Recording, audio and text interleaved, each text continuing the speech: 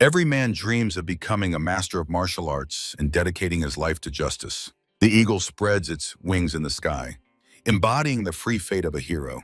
While wars rage in the universe, the world needs a mighty force capable of destroying evil with a single punch. His movements radiate incredible energy, fundamentally distinguishing him from an ordinary person. Many dream of such a flight, but not everyone is given to know true freedom.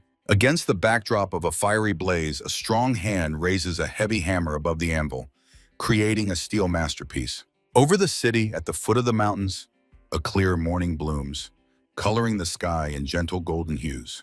In the half-darkness of the forge, a young man works, surrounded by heat and sparks from the metal. The sun rises above the horizon, gently illuminating the tiled roofs and gardens that have just awakened from sleep.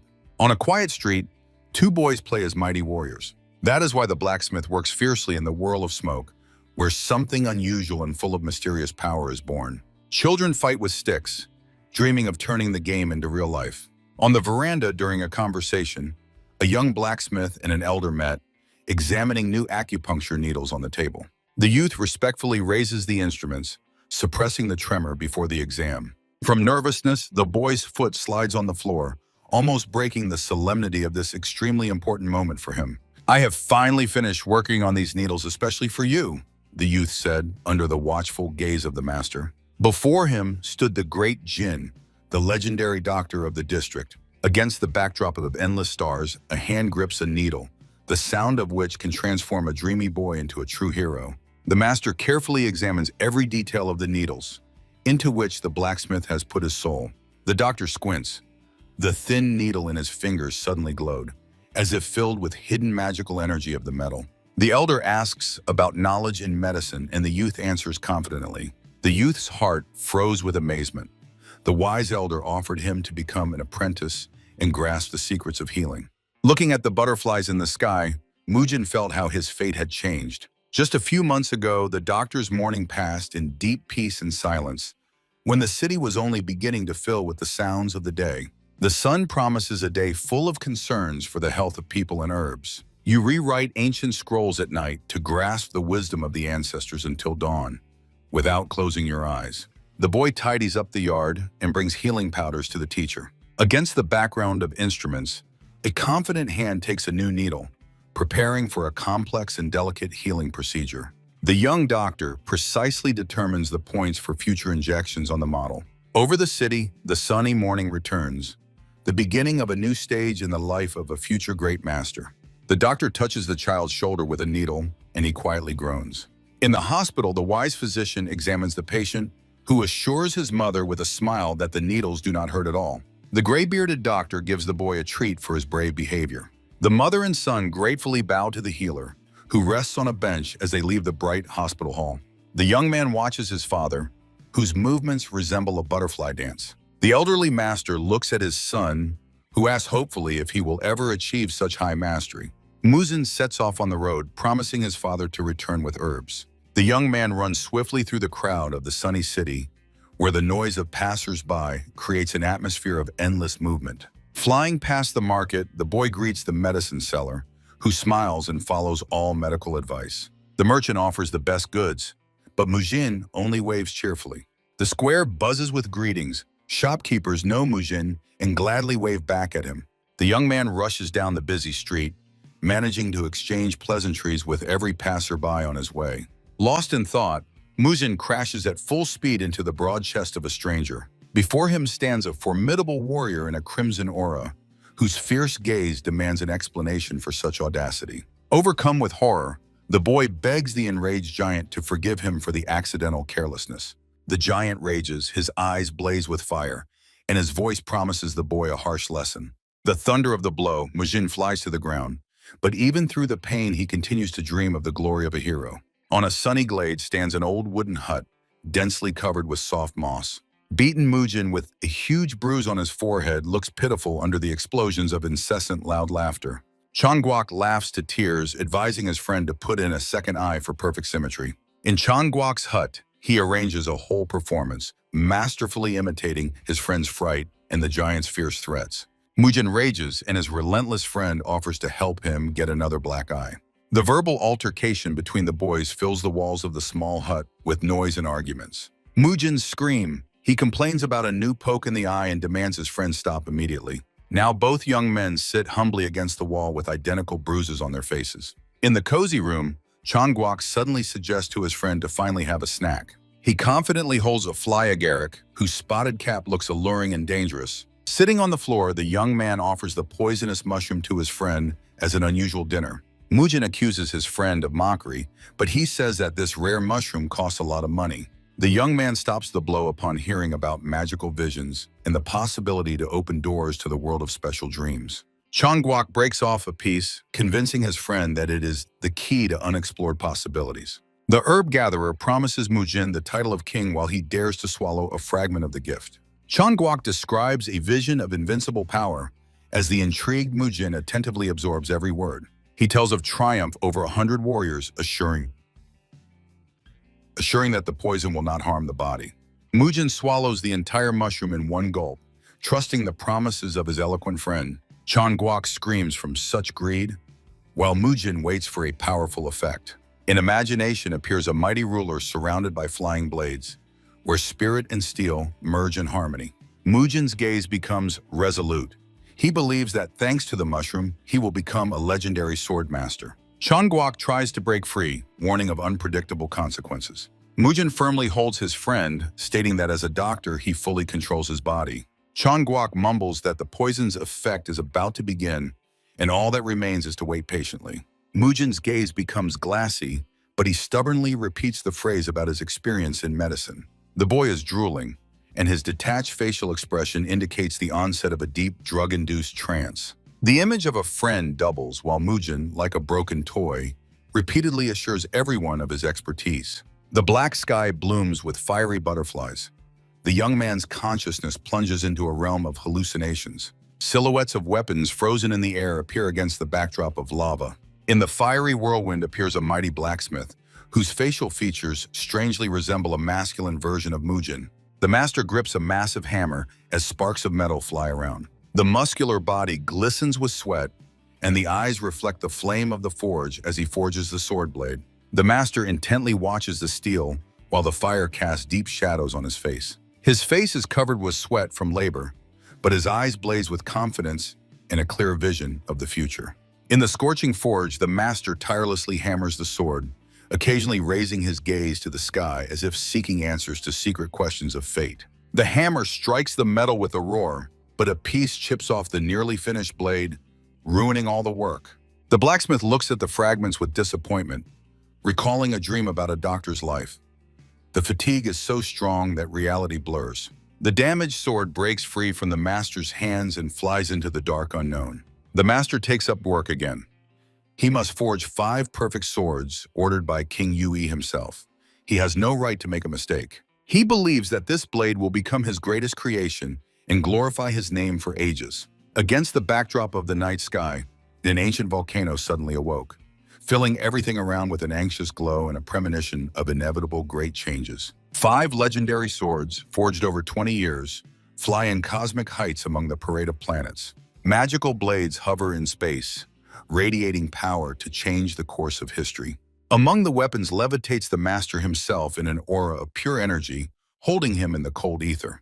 The master's face radiates triumph, for he has finally realized the cherished dream of all humanity, creating the perfect weapon for the gods themselves. The army of immortals watches as the legendary swords of the great master fall from the sky like a fiery rain. A man runs quickly along a path strewn with delicate sakura petals. At the celebration, men raise their cups, and on the table awaits a special chalice for the future winner. Heavenly angels carry in the air a carved table with a cup of divine drink, intended for the true winner of the tournament.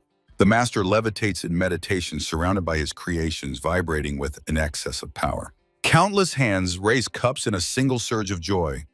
You have finally reached the desired paradise.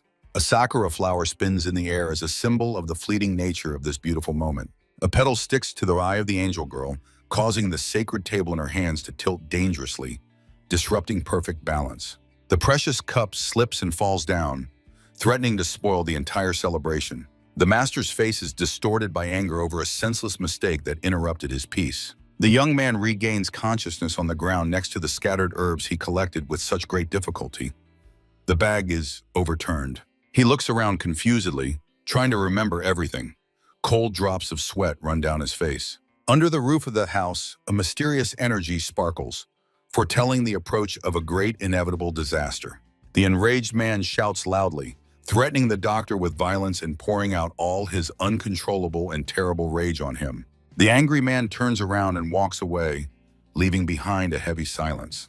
The young man looks ahead gloomily, feeling the bitter taste of disappointment over the collapse of all his plans. Mujin listens to the story of another herbal gatherer with maximum concentration, trying to catch every word and understand the essence of the events. The boy still does not understand the logic of the events and his role in this strange incident. The young man anxiously notices that the sun has almost set beyond the horizon, ending this day full of shocks. The friend tells that Mujin imagined himself as a great sword master, and in that state decided to immediately return to the clinic walls. The teenagers talk near the entrance to the clinic, rejoicing that the way home has finally ended successfully. The comrades warmly say goodbye and go their separate ways under the evening city sky. Mujin remains alone, feeling despair because of strange visions that do not leave his consciousness. The boy suddenly looks up and becomes purposeful, remembering something very important while sweat continues to roll down his cheeks. The ancient roof with hieroglyphs holds the secrets of past generations. The hand confidently holds a thin acupuncture needle, ready for precise medical intervention. In the sunlit courtyard, a gray-haired doctor calmly talks with Mujin, who has finally returned from his long travels. The son enthusiastically tells about adventures while the father intently studies the needle in his hand. The elderly doctor gives Mujin a wise answer that makes him think. The agitated young man questions his father about the strange guest, from whom emanated an unusual and alarming danger. A thin needle in the master's hands flashes with energy, piercing the entire surrounding space with radiance. The young man feels weakness and grabs his temples, trying to hold back an unbearable pain attack that literally tears his head apart. The pain becomes unbearable, forcing Mujin to close his eyes and grit his teeth. The boy informs the doctor that the attack has finally receded and control over his body has returned to him. The master explains. The governor's assistant complained about the excessive pain of acupuncture sessions conducted earlier.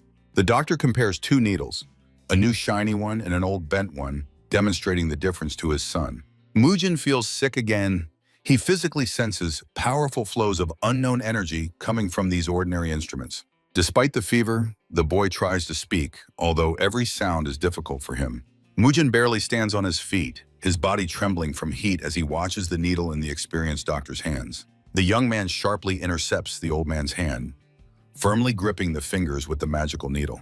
Men stand in the middle of a sunny courtyard, and the tension between them turns an ordinary conversation into something fatal. Now in Mujin's hands gleams a new straight needle, while the doctor is left with only an old bent instrument that has lost its power. In the eyes of the elderly man is genuine shock. He remembered something important from the past. Mujin's eyes flash with energy, his face tenses with strength, and at that moment true magic begins. The young man's face contorts from tension, his forehead pales, and a feeling of unbearable discomfort spreads through his body. In one hand, the man grips a perfect needle, and in the other, a bent one from which emanates a radically different, intangible energy. Mujin walks through the crowd, examining the needles and listening to the resonance in his body. In the middle of the street, a thought enlightens him. This hypersensitivity is his special magical property, which he had not suspected. Pots line up on the counter, vibrating with invisible energy accompanied by a hum. A mustached warrior in a red kimono with a sword on his back tries to outshout the noise of the relentless crowd around him. A sharp pain forces the boy to clutch his temples. Consciousness is clouded by fog. Mujin realizes his body reacts to every low-quality thing, turning its flaws into physical suffering. An old needle in the fingers emits chaotic energy, accompanied by cutting, hearing, and extremely irritating sounds. A mighty blacksmith with a satisfied face holds a heavy hammer while sweat drips from him. A teenager squeezes a bent needle and proves something to the void, probably just the product of Mujin's sick imagination. The boy tries to understand, how does he know which master made this needle? Mujin tries to grasp the thread of truth that constantly slips away from his mind, leaving only doubts. Mujin quickens his pace, directing all determination to the search for answers. Above the city, a sunny sky against which a thick and very heavy column of bluish smoke rises from the tall forge chimney. Near the square stands a large house with a yard, where in the very heart of the forge a fire blazes. 5 swords gleam in the sun with a steel shine and emit pure energy. Mujin's eyes flash. He has finally found what he had been searching for many long years. The young man presses the sword to his cheek. The perfect quality of the weapon instantly soothes his inner irritation and physical pain. Passers-by glance fearfully at the boy who embraces the cold steel in the middle of the street. Muzin carefully studies the details of the handle as a frightening suspicion forms in his mind. The boy is stunned. Reality around him strangely begins to intertwine with his ancient and mysterious dream. His eyes sparkle with energy bursting outward. The burly bearded man lifts a huge stone, demonstrating his incredible physical strength. In the scorching haze of the forge, the muscular craftsman grips the sword's handle, from which a heavy and suffocating heat radiates meters around. In Mujin's visions, the blacksmith tirelessly creates tools, putting a piece of his own living soul into each product. The boy falls out of reality, curiously studying the patterns on the handle. His gaze sharpens. He searches for hidden meaning and details that previously seemed quite ordinary and unworthy of attention. Muzin stops before the gate, where sparks swirl in the air, confirming the proximity of a real blacksmith's forge. Could he really have gained secret knowledge during that strange dream? The boy's foot decisively steps over the threshold of the forge, leaving behind ordinary life for an unknown and dangerous fate. Muzin walks forward, feeling how each step brings him closer to unraveling his own gift in the hidden power of metal. The forge operates at full power, filling the space with the rhythmic sounds of labor and smoke bursting from the tall chimney. The blacksmith shouts angrily while Mujin calmly compares 2 needles. The enraged master continues to unleash his wrath, unwilling to listen to any excuses or explanations from the random stranger. In the middle of the yard, Mujin tries to calm the opponent, who stubbornly insists that he is no worse than his father. While being shouted at, the boy remains calm, analyzing the situation and understanding the true reason for the imperfection of the local products. The quality of the work has declined because the current master has lost the true essence of the craft. Mujin ponders who could really have made those new needles. The blacksmith's anger turns into deep resentment. He depressedly tries to defend his own skill before the stranger. The blacksmith issues a challenge: to find among the weapons the masterpieces of his great father. A huge hand points to the warehouse, where swords lie in the shadows, waiting for someone to distinguish true art from forgery. The blacksmith's face contorts with a grimace of uncertainty as he watches every move of the strange guest. Mujin confidently takes the massive blade, demonstrating the strength of a connoisseur. Men stand in tense silence while the young man demonstrates a sword that perfectly resonates with his inner state. The master explodes with rage because Mujin managed to instantly and flawlessly identify the best work of his late father. He does not believe that this boy so easily unraveled the secrets of tempering. In his imagination, Mujin plays out a scenario where the proud blacksmith is forced to admit his mistake under the pressure of irrefutable facts. The master continues to hurl threats, but Mujin only silently looks at him, provoking even more questions. The stranger found all the father's works, and it painfully strikes at his pride. Both men approach the anvil, where the air trembles from the heat, and the conversation becomes even more serious and fatal. The blacksmith admits to mediocrity and raises the hammer, but his movements are already devoid of former zeal. The man extends the hammer to Mujin, offering him to tame the steel himself. Against the backdrop of the wall, the master gives instructions while the young man takes the tool, preparing for the first strike. The boy feels every atom of the metal, as if the steel itself is telling him exactly how it needs to be properly and skillfully worked. Mujin raises the hammer over the glowing metal for the decisive blow. The blacksmith watches with a sly smile, expecting the complete failure of the confident boy who took up the hammer. The master mockingly suggests to the young man to forge a perfect needle, confident that he will only ruin the precious metal in vain. The boy tries to catch the rhythm of work amid creative tension. The work in the forge gains wild momentum, turning the space into a real field of fierce and loud battle. Mujin blows the fire in the furnace with all his might, making the flames dance a wild dance reflected in his eyes. By the furnace, every movement synchronizes with the hellish heat from the very heart of the forge. Mujin is focused on the process. He tries to understand if he has enough strength to embody the idea into a real form. On the surface of the anvil rests a piece of glowing hot iron, emitting a dazzling light before its future transformation. Mujin raises the hammer, putting all his will and energy into the strike. The heated metal on the anvil waits for the touch that will change its shape forever. The heavy hammer strikes the steel with a thunderous blow, sparking and making the very ground tremble from the incredible force of the strike. The blacksmith closely watches the work. His skepticism dissolves in the atmosphere of a true miracle. The master sees a technique that does not belong to a human, but resembles the dance of ancient gods. The young man confidently forges the metal. Each of his actions is filled with precision and wild passion. The movements of the hammer become refined. Mujin seems to paint in the air, turning the blank into a work of art. Sparks illuminate the face of the young man, who is completely immersed in the fiery element.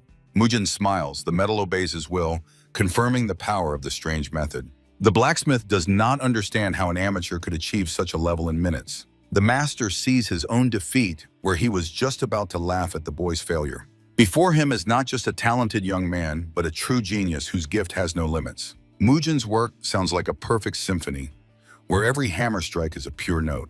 Through the smoke appears the image of the late master, as if the spirit came to see the birth of a new genius. Mujin works frantically while the master tries to rethink his own life. The blacksmith analyzes the young man's movements, acknowledging a power that surpasses all his dreams. The sword gradually loses its fiery color, demonstrating perfect balance, incredible sharpness, and legendary-level craftsmanship. The blacksmith begs Mujin not to stop and to demonstrate even more secret mastery. The thin blade tip glistens, promising to become the perfect weapon in the hands of a worthy warrior. Mujin feels the weight of the hammer, which has become an extension of his body. The blacksmith reaches out his hands to the blade, wishing to touch the newly seen perfection. The master begs to reforge his weapon, as he can no longer use the old sword. Mujin proudly holds the hammer. His inner chaos has finally found a way out. Smoke with mystical sparks marks the beginning of a new era for this workshop.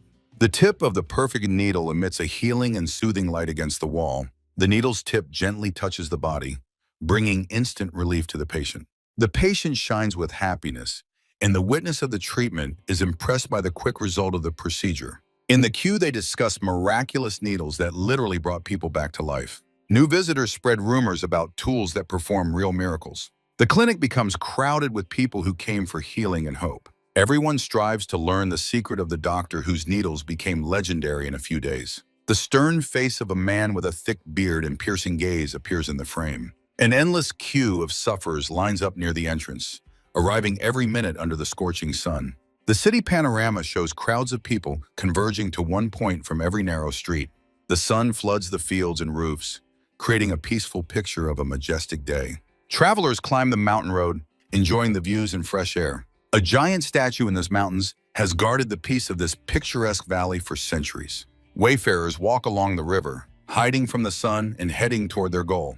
On the clearing, structures are visible where people find shelter from the heat and enjoy the silence of nature. Tired travelers approach a lonely house in search of rest. Near the doorstep, men discuss a visit to the doctor, whose skilled legends circulate even in these mountains. The man in the hat studies the cup, preparing to meet the travelers. From above, it is seen how two people approach the man who calmly rests on a bench near the house. The figure slowly rises and walks away from the house, disappearing forever into the thick and mysterious shadow of the surrounding trees. In front of the gate, a crowd is bustling and the sun reflects off the iron gates. The flow of people does not cease for a moment. They arrive from everywhere, filling all the free space in front of the grand and massive city gate. Disputes flare up in the queue. Tired people argue over every little thing. Frightened faces indicate that something terrible is happening right now. Mujin peeks through the gates, shocked by the scene disorder and strange behavior of the crowd. The cold blade of the sword touches the throat, causing the victim to freeze. The warrior in the purple kimono pins the enemy to the ground, holding the sword right at the Adam's apple. The man's face contorts with rage and despair. Mujin understands this bloody clash is the work of martial arts masters, not ordinary people. In the middle of the yard, a brutal fight unfolds, where energy tears the air with powerful discharges, creating chaos around. Mujin freezes as a drop of blood flies past him. The blow throws the man backward, painting a terrible picture of defeat among bloody splashes. The boy drops to his knees and desperately presses his hands to the wound, trying to stop the bleeding and save his life. The enraged eye of the warrior foretells a new wave of uncontrollable violence. The wounded man lies on the ground, and strange signs appear on his chest, from which dark liquid oozes. Mujin studies the blood on the fabric, trying to determine the attacker's technique. The victor in purple walks away, and Mujin watches him with a heavy gaze, sensing trouble. The boy freezes. Important information changes his entire perception of the events. The killer's face melts into a creepy smile, and his laughter sounds like a death sentence. Mujin's eyes widen. The realization of the truth makes his heart beat much faster from unbearable anxiety. Before him appears the image of a demonic creature. The enemy transforms into a true devil in flames. Mujin recalls terrible rumors. Before him stands the same ruthless killer of doctors, whose bloody crimes instill fear in the inhabitants of the entire country. The gentle smile of the doctor radiates calm and confidence. The boy froze near their column, mesmerized by something invisible in the sunny room. The doctor greeted the patient on the couch warmly, becoming for him the embodiment of true hope. A mighty tree on the hill stands out as a dark silhouette against the night sky. The sun gilds the hill, and the shadow of the tree falls on the dewy grass. Mujin sees in the giant the image of a father, steadfast, resilient, and full of inexhaustible kindness. The face is distorted by a demonic grimace, and against the background of ominous clouds, the eyes flash with a predatory, otherworldly fire and a cunning smile. The man in the purple kimono froze, clutching a sword behind his back, while his eyes pulse with a dangerous, mysterious light.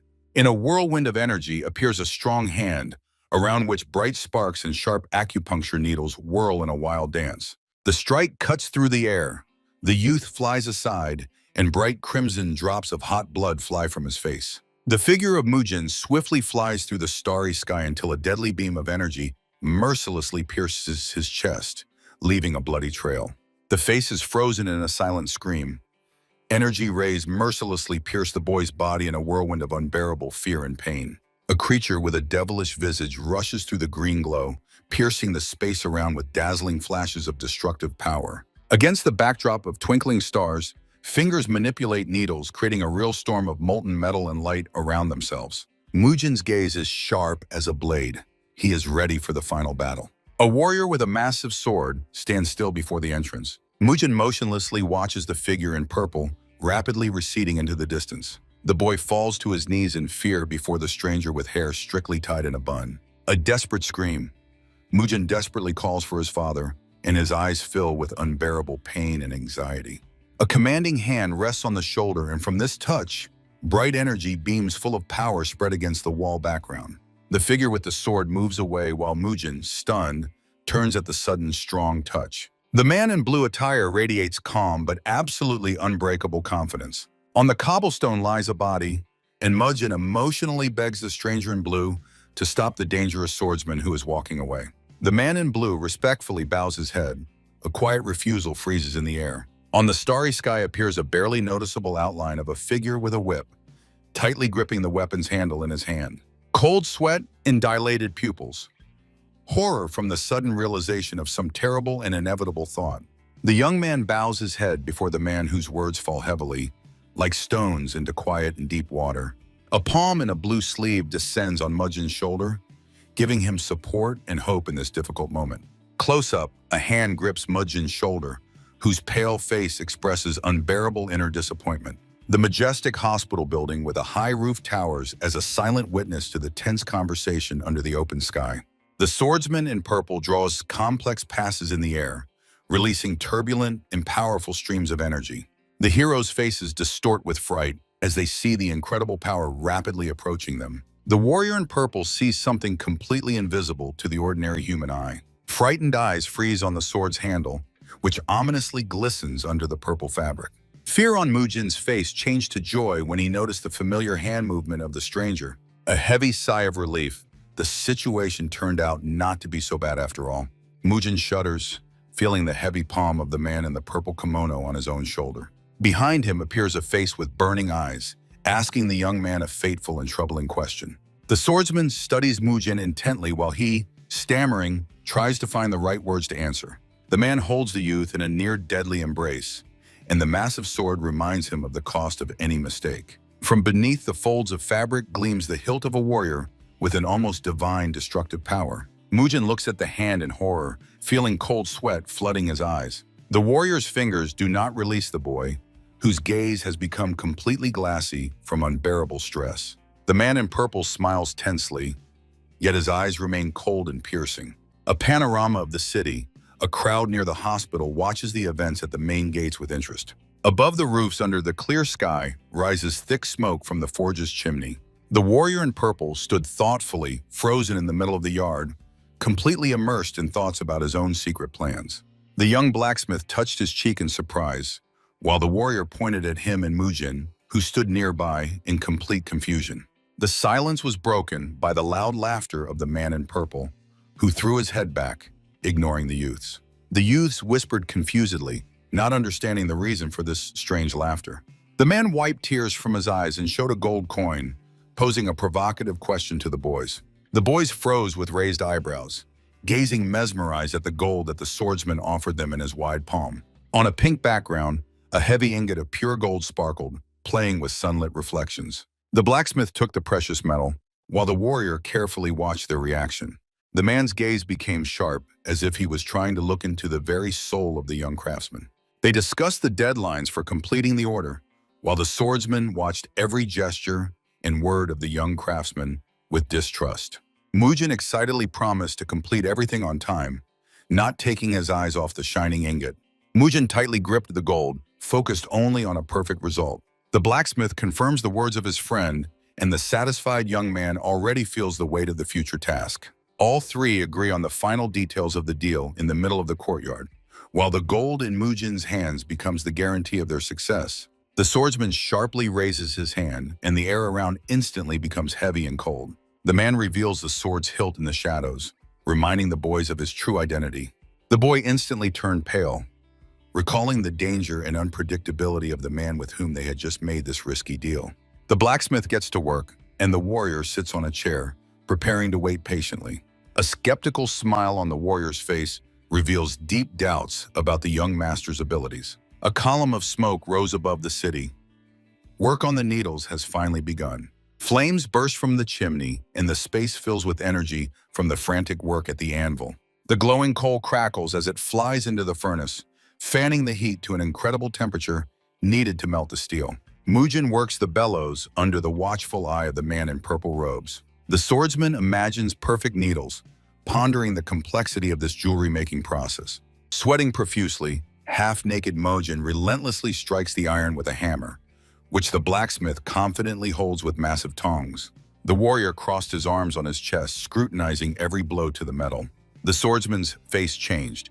He was impressed by the skill of an ordinary doctor's assistant. The sounds of the blows spread across the square, while thick smoke veiled the surrounding roofs. A strong male hand lifts the heavy blacksmith's hammer against the backdrop of glowing sparks flying around like fiery stars. The swordsman does not take his eyes off the metal, which emits an almost magical light and heat. He did not expect to see such passion for the craft in an ordinary city youth. Mujin continues mercilessly hitting the iron until the metal finally submits to the will and strong power of this young master. The process is clear: division into parts, breaking off pieces, and final smashing of elements. Mujin is fully immersed in the rhythm of work, ignoring the heat around. In the warrior's eyes is reflected the silhouette of the boy, reminiscent of an ancient spirit of fire. Finally, ordinary smoke came out of the pipe, and the heated atmosphere in the forge began to gradually cool, marking the end of the work. Tired but happy, Mujin wipes sweat, rejoicing at the successful completion of the task. The warrior watches the young man with satisfaction, acknowledging his own mistake. Mujin clenches the gold in his hand. It is his reward for exhausting work in the hot forge. The boy looks straight into the swordsman's eyes, asking about the true purpose of creating such dangerous and specific tools. The man smiles mysteriously, but his cold gaze pierces the young man to the very bones. The boy freezes by the wall, hesitating before a difficult choice. The men discuss matters while Mujin sinks into his own anxious thoughts. The swordsman insists on his point, completely ignoring the doubts and fear visible on the boy's face. Energy bursts from the touch to the hilt, filling the forge with dazzling light. The warrior folds his fingers in a gesture. A powerful energy cluster instantly forms between them. The youths watch in fascination as streams of power create a strong barrier around the warrior. The swordsman does not take his eyes off Mujin, who stands soaked with sweat and feels the incredible pressure of another's will in every cell of his body. Drops of water on the tile, a silent proof of a tense moment of waiting. The blacksmith shudders, sharp needles instantly pierce his bare shoulder. Around, sakura petals and sparks fly as the blacksmith looks at his own hands in confusion. A wave rolled through the forge, lifting objects and causing the air to vibrate from the excess magical power of the mysterious sword. The warrior watches the chaos with satisfaction, demonstrating his total superiority. Mujin froze in the center of the storm, trying to comprehend everything seen in tense silence. The building with curved roofs silently towers over the city, hiding its secrets in the shadows of balconies. In his imagination, he is a hero of legends, confidently frozen in a battle pose. The swordsman embraces Mujin by the shoulder, explaining details while the blacksmith stands in a cloud of energy and sharp needles. Mujin thoughtfully considers the warrior's words despite fatigue and anxiety. The swordsman asks a direct question, intently looking at Mujin, who tries to find the strength for a correct and worthy answer. The conversation continues. The warrior closes his eyes to concentrate while attentively listening to the young man's explanation. Mujin inquires about secrets, while the swordsman watches every change in his gaze. Hearing the news, the young man opened his mouth in genuine surprise, confused. The warrior explains the purpose of the needle, while Mujin watches his hands mesmerized. The conversation becomes increasingly serious. Both men are fully absorbed in discussing the intricacies of using the newly created weapon. The swordsman tensed, testing the reaction of his new young apprentice. Mujin decisively steps over the threshold of the red gates with hieroglyphs, feeling anxiety from the unknown. The boy climbs the stairs, clenching his fist. His eyes express a mixture of fear and unwavering determination to go to the very end. A joyful thought illuminated Mujin. He laughs, dreaming of future triumph. He imagines scenes of martial arts, where his strikes cut through the air swiftly and lethally. Imaginary images of Mujin perform combat moves, demonstrating unbreakable strength of spirit. Mujin exhales focusedly during the strike, fully dedicating himself to training body and mind. However, reality is different. Mujin lies unhappily on the ground, and above him towers the teacher, observing his unfortunate failure. Mujin bows low to the doctor, apologizing for the long absence at home. The father looks gently at his son, while the son bows his head, feeling responsibility towards the family. When the doctor touched the son's shoulders, a spark of true mutual understanding instantly arose between them. Suddenly, the doctor's body shudders from a strong fever. Mujin barely manages to catch his father, who has become very ill. The doctor's face paled from pain, while Mujin feverishly thinks about how to help his father. The old man talks about his fear for his son while they recover from a severe attack. Leaning on his son's strong shoulder, the father slowly heads to the entrance, seeking the long-awaited shelter within the walls of his native hospital. The healer's face is clouded with thoughts before the fateful conversation. Despite his weakness, the old man watches his son intently, whose gaze is full of impatient expectation. They stop right before the clinic entrance, preparing to finally cross the threshold that will change their usual and measured life forever. Suddenly, the father rushes deep into the yard, leaving the young man confused. Returning, the old man stuns Mujin with news that makes the boy's eyebrows shoot up. In the old man's hands, silver ingots mysteriously gleam, emitting a soft glow in the golden rays of the evening sunlight. Mujin holds the treasure confusedly, not understanding why his father gave him these riches right now. The doctor explains to his son, the time has come to set out on the journey to become a man. The father continues giving instructions, while Mujin tries to comprehend the scale of the serious changes ahead in his own life fate. The young man's speech is full of doubts, and the sweat on his temples reveals his fear of the unknown. The doctor's confident gesture breaks the hesitation. This is the only path to the future. Looking his son straight in the eyes, the father fervently convinces him of the importance of this step. Although the boy listens with great doubt in his soul, Mujin suddenly realizes a truth he had never even dared to dream of before. In the forest clearing, old tree firmly holds onto the ground, casting a shadow on the grass. The boy looks at the giant, pondering the incredible resilience of his father. Mujin's face shines with the realization of a new mission, as he finally grasps something extraordinarily important against the backdrop of the endless blue sky. Hundreds of yellow butterflies swirl around, filling the forest space with magic and happiness. The old trunk becomes the center of the world where a new legend is born. From the lush crown, clouds of golden butterflies and sparks scatter, heralding the beginning of a great journey and future magnificent achievements. Through the infinite space like comets, bright clusters of chi energy rush by. Mujin in meditation. Around him swirl energy flows and leaves. Against the sky, the young man's face radiates calm, eyes closed, and hair playing in the wind. The frame focuses on the young man's eye, behind which hides extreme concentration and intense mental work on something extraordinarily important. Mujin sits in the lotus position, surrounded by a dense, radiant cocoon of power. The silence of the forest is broken only by a light rustle. A ripe acorn detaches from the branch and falls down. Feeling a tap on the crown, Mujin looks up and contemplates the fateful, recalling in his thoughts his distant native home. On a branch, a man in purple lurks, watching the young man. Mujin jumps up as the stranger leaps down in a wild whirlwind of energy. The man in purple freezes before the young man, his gaze full of irony as he slowly utters some mysterious words. The young man takes a fighting stance with a smile, joyfully responding to the opponent. Mujin dreams of the power of a mighty master, although in reality he remains just an ordinary boy who simply tells this story. A silvery gleam suddenly cuts through the air. The stranger's elegant sword swiftly flies through the transparent space.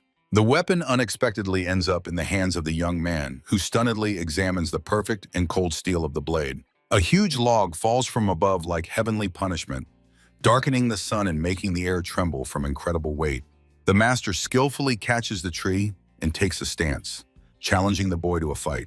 The master's gaze hardens. He tightly grips the stick before the fierce clash on the sunny glade. The frightened Mujin is reflected in the cold blade of the sword. The young man draws the blade while the opponent calmly gives instructions with the stick in his hands. Mujin closes his eyes for a moment, imagining how with one lightning-fast move he cuts the hem of the enemy's purple dress. Fanatical dreaminess flashes in the boy's eyes. In his thoughts, he relentlessly advances on the enemy with a giant sword that weighs much more than the strongest rock.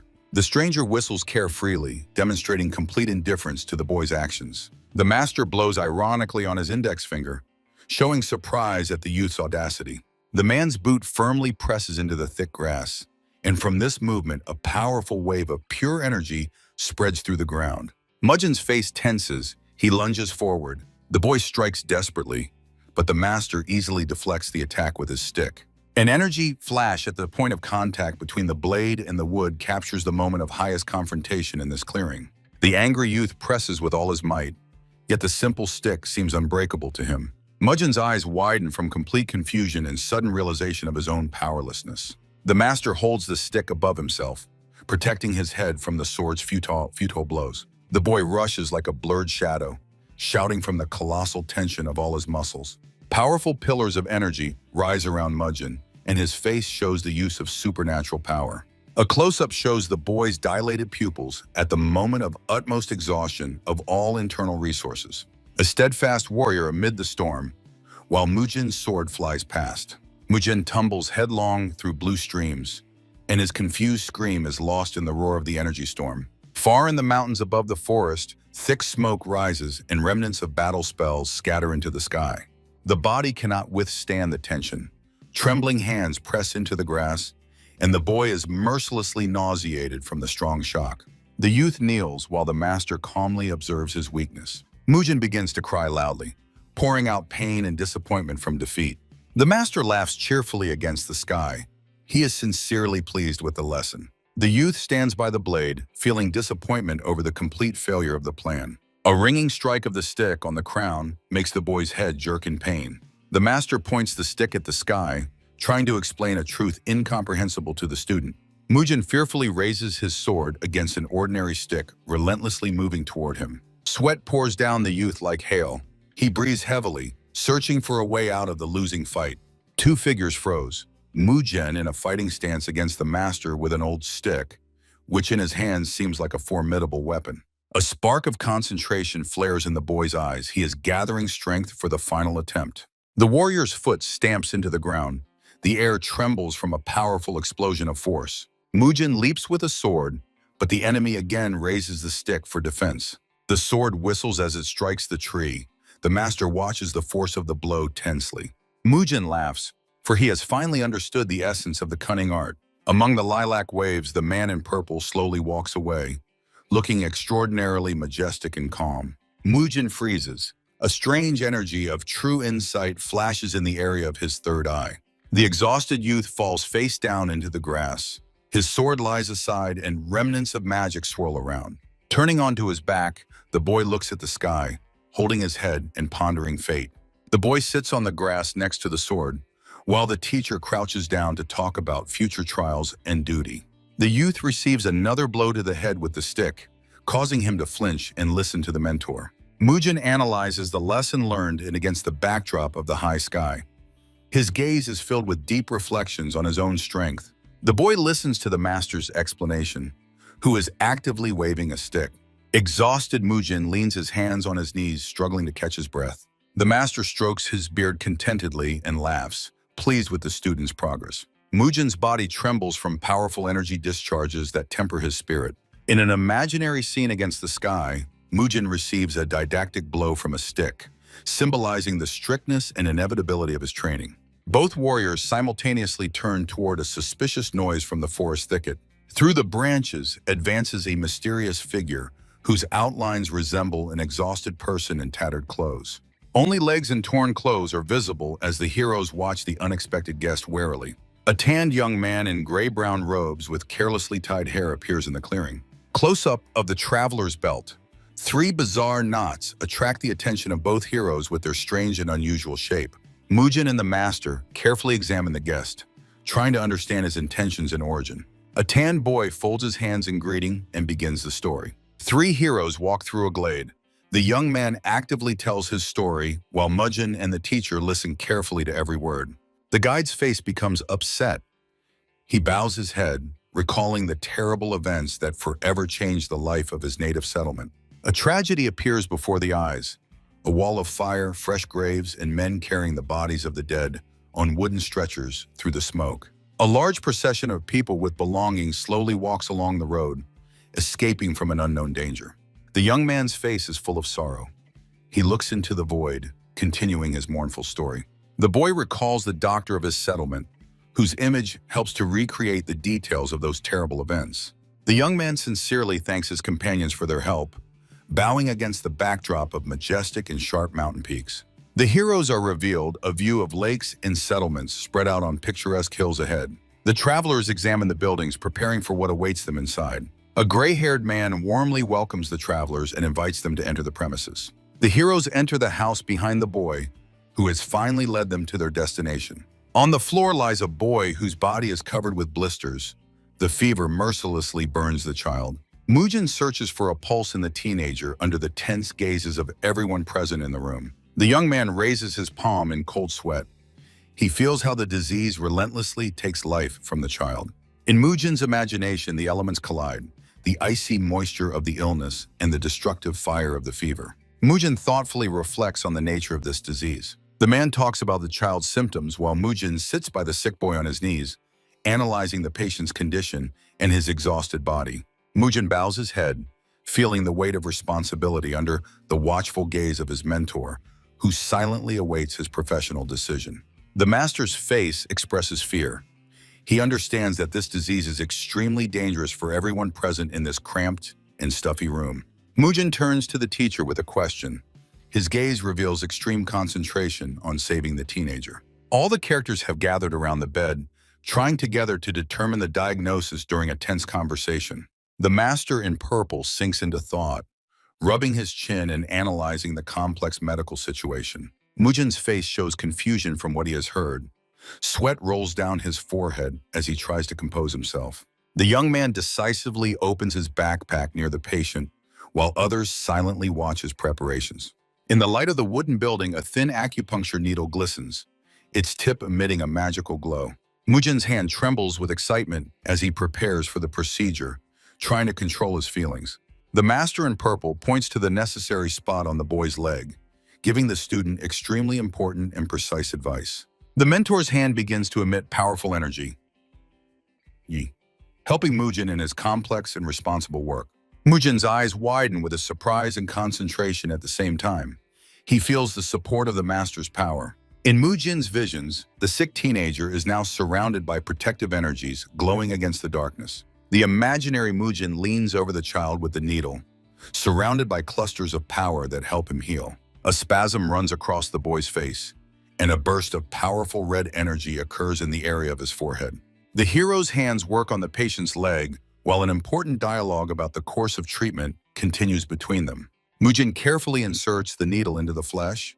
The others present freeze in anticipation, not taking their eyes off the patient. Mujin's figure against the starry sky seems to embody hope. He is fully immersed in magical healing. The needles are already inserted into the child's head, and the master in purple carefully watches every change in the condition. Exhausted Mujin wipes sweat from his forehead, while the other heroes anxiously wait to see what will happen to the little one next. Mujin's gaze is fixed on the patient. He intensely notes every detail, ignoring fatigue. Suddenly, the boy begins to move or tremble. His face, covered in blisters, is drenched with large drops of sweat. Close-up of Mujin's frightened face. He looks tensely, trying to understand the body's reaction. The boy starts to cough harshly with red energy, indicating a critical phase of the internal struggle. Mujin's eyes are wide open in surprise or fear at what he sees in this decisive moment. The teenager finally calms down. The coughing stops, and his body, pierced with needles, finds long-awaited peace. Everyone present in the room carefully observes the child, trying to catch the slightest changes in his condition. Mujin's face finally expresses relief. He exhales a clump of energy, feeling the weight lift from his shoulders. The surprised young man feels the master's hand on his shoulder, as if stopping him at the moment of greatest exhaustion. The man in purple stands over Mujin, placing a hand on his shoulder while the young man raises a questioning look at him. The master looks down at the apprentice and tells him something extremely important about further actions in the boy's condition. A happy smile appears on Mujin's face. Despite fatigue and sweat, he looks completely satisfied. The last rays of the sun illuminate the mountains, and the figure of the man in a radiant cocoon symbolizes the greatness of a completed deed. 3 men walk past wooden houses. Ahead goes a mustached peasant, half-turned to his companions to tell about the misfortune that befell their settlement. The sun floods the road with long shadows, as Mujin, with a backpack and a swordsman in purple clothes, follow the guide deep into the village toward the giant trees. Against the background of an old building, Mujin freezes from what he heard, his face showing sincere surprise, while the companion in purple maintains calm composure and vigilance. Stopping in the middle of a sandy street, the father of the rescued child tearfully admits that without the doctor's help, the boy would have long been dead. Having exhausted words of gratitude, the host hospitably invites the rescuers to rest in a small house, then politely bows and leaves the guests alone. Inside the neglected dwelling reigns emptiness. Mujin and his companion examine the room, where a child's doll lies alone on the dusty floor, abandoned by someone. The man in purple slowly walks around the gloomy room, carefully examining old wardrobes whose fronts still preserve naive and bright children's drawings. In the middle of the silent room, the warrior stops by a lonely wooden table, trying through the remaining furniture to see the history of the people who lived here before. The heavy boot of the stranger stops right by the doll. He freezes, fixing his gaze on the toy that became a silent witness to someone's suddenly interrupted fate. The man's face becomes tense, and his gaze deep and thoughtful. It seems he is trying to unravel the mystery of this place, immersed in his own difficult reflections. The frame focuses on the warrior's face. Furrowed brows and a sharp gleam in his eyes reveal a sudden insight, as if he has finally remembered some extremely important and troubling detail.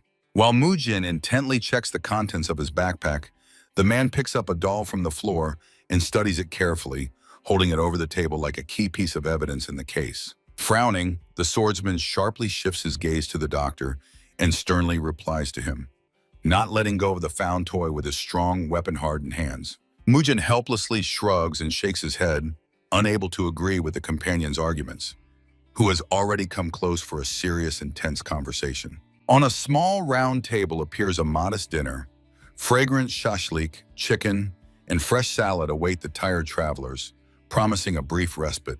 Seated on a brick elevation, the men begin their meal, but even during eating, they cannot stop discussing the strange events happening around them. Emotional Mujin, at a mouth open in surprise, asks an important question, to which his companion with a bowl in hand responds with a restrained but entirely approving nod.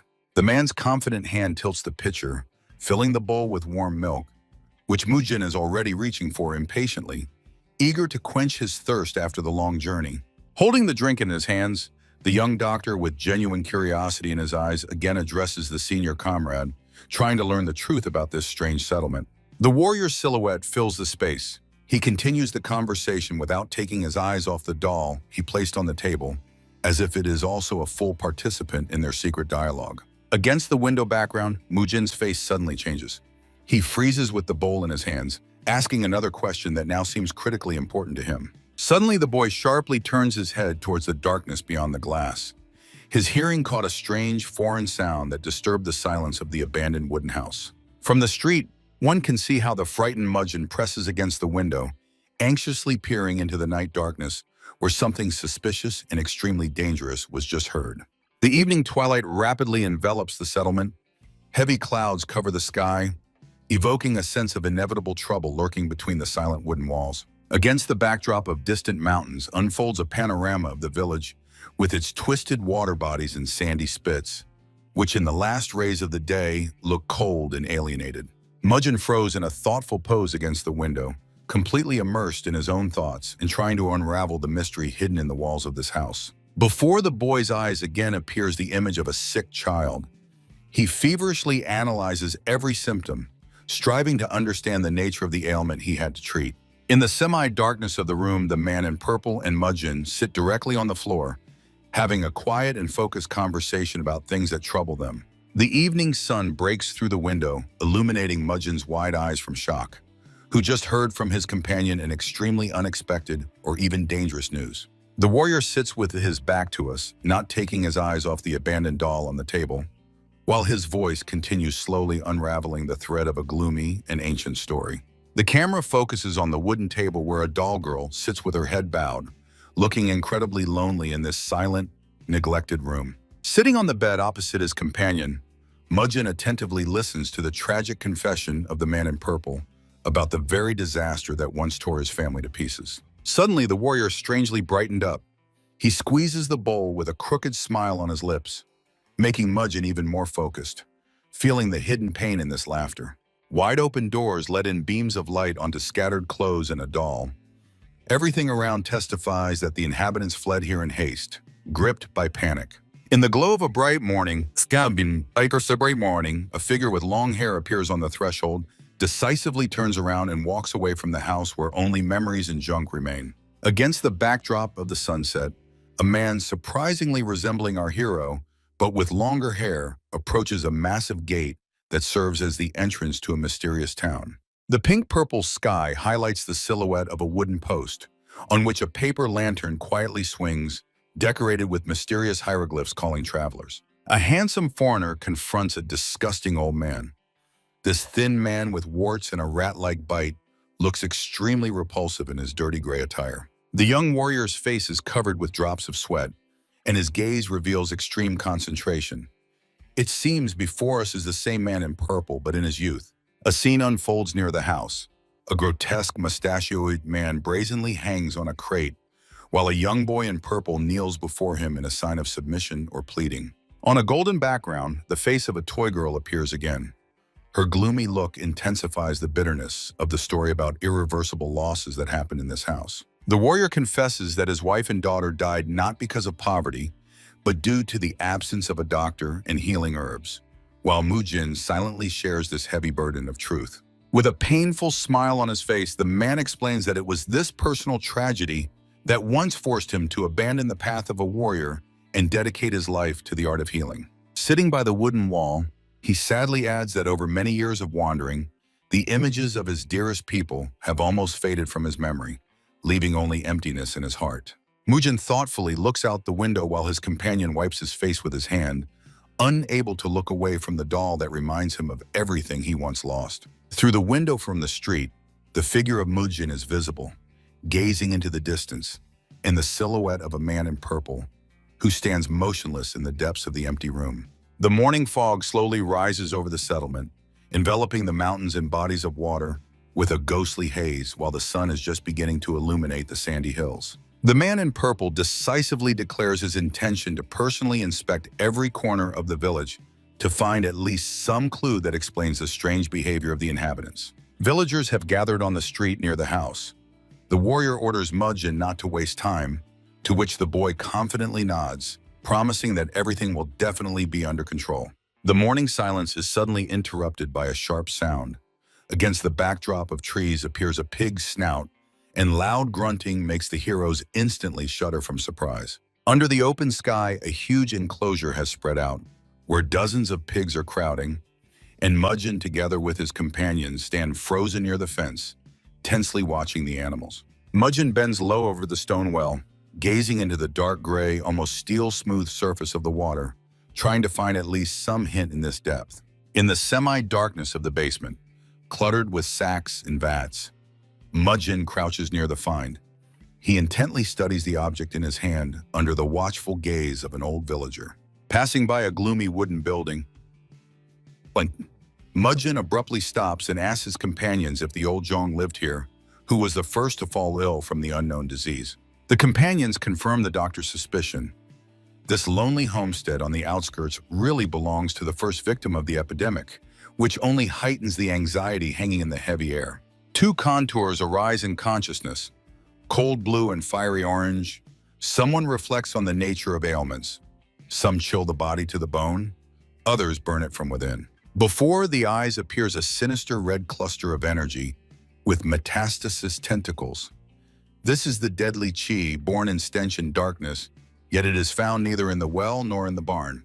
Bowing his head, Mudgeon feverishly contemplates that any plague always has its epicenter, from which it mercilessly spreads outward like ripples on water. In the middle of the street, a tense dialogue unfolds. Mudgeon tries to extract every detail from the locals about who fell ill next and how exactly the disease developed. An old villager, lowering his eyes, recalls the terrible days, while a young man with a bandage adds an important detail. The disease consumed the western part of the settlement much faster than the eastern. Mudgeon freezes in the middle of the road, comparing the two parts of the village. His mind searches for the very fatal difference that made the disease choose the western direction. The boy with the bandage suggests that it is about the balance of yin and yang energies, but he is puzzled by something else. Why exactly the children, past whom they pass without fear, became the first victims? Mudgeon proposes a logical version. The children constantly played together, and their favorite place was always the stream flowing on the western outskirts of this unfortunate village. The doctor's face twists with a sudden guess. If the well in the east dried up during the spring drought, then the only source of water for all the inhabitants was precisely that stream. Mudgeon breaks out in sweat from the terrible conclusion. The first to fall ill were those who most often took water from the brook, and the drought only pushed people into the trap of the deadly element. The frame reveals a panorama of a noisy stream rushing swiftly between rocks and sandy banks, densely overgrown with grass and wild shrubs, hiding its secret. While the companions keep their distance, Mudgeon kneels right by the water, intently gazing at every sparkle on the surface flowing down the hillside. The stream looks deceptively safe. Through the crystal clear water, every pebble and every green stem swaying on the bottom under the current is clearly visible. Mudgeon touches the water, feeling neither cloudiness nor suspicious smell, yet all the facts indisputably point to this seemingly clean mountain stream. The doctor's face becomes stone-like. He understands that only the last, most dangerous way remains to test his theory and learn the truth about the state of this transparent water. The old man and the young man with the bandage flinch at the unexpected splash. The sound of water in the silence of the forest rang out like a gunshot, making their hearts beat faster with anxious anticipation. Mudgeon resolutely raises his cupped hands of water to his face and, closing his eyes, takes a sip, risking his own life to save the entire settlement. The companions watch in horror as Mudgeon freezes in a meditation pose. He plunges into inner silence, trying to feel the effect of the drunk water on his body. Wrapped in streams of bright energy, the doctor falls into a deep trance. His face is calm, but the inner tension reaches its limit in search of the hostile force. On the bank of the stream, silence reigns. The young man asks if the old man has ever seen such powerful technique, to which the grandfather only shakes his head, stunned by the power of chi energy. On the bank of the brook, Mudgeon freezes in the lotus pose. Behind him stand the young man and the gray-haired old man, amazed at how great doctors can control their inner energy. Mudgeon fully immerses himself within. His face radiates extreme concentration, and his hair flies from the powerful burst of force that visualizes the work of his organs. In a close-up of the body's internal systems, it becomes noticeable how ominous red chi energy gathers near the intestines, the deadly imprint of the drunk water. In his imagination, Mujin sees how this identical poison torments the boy he saved, and finally fully realizes that the source of the disease is hidden precisely in this stream.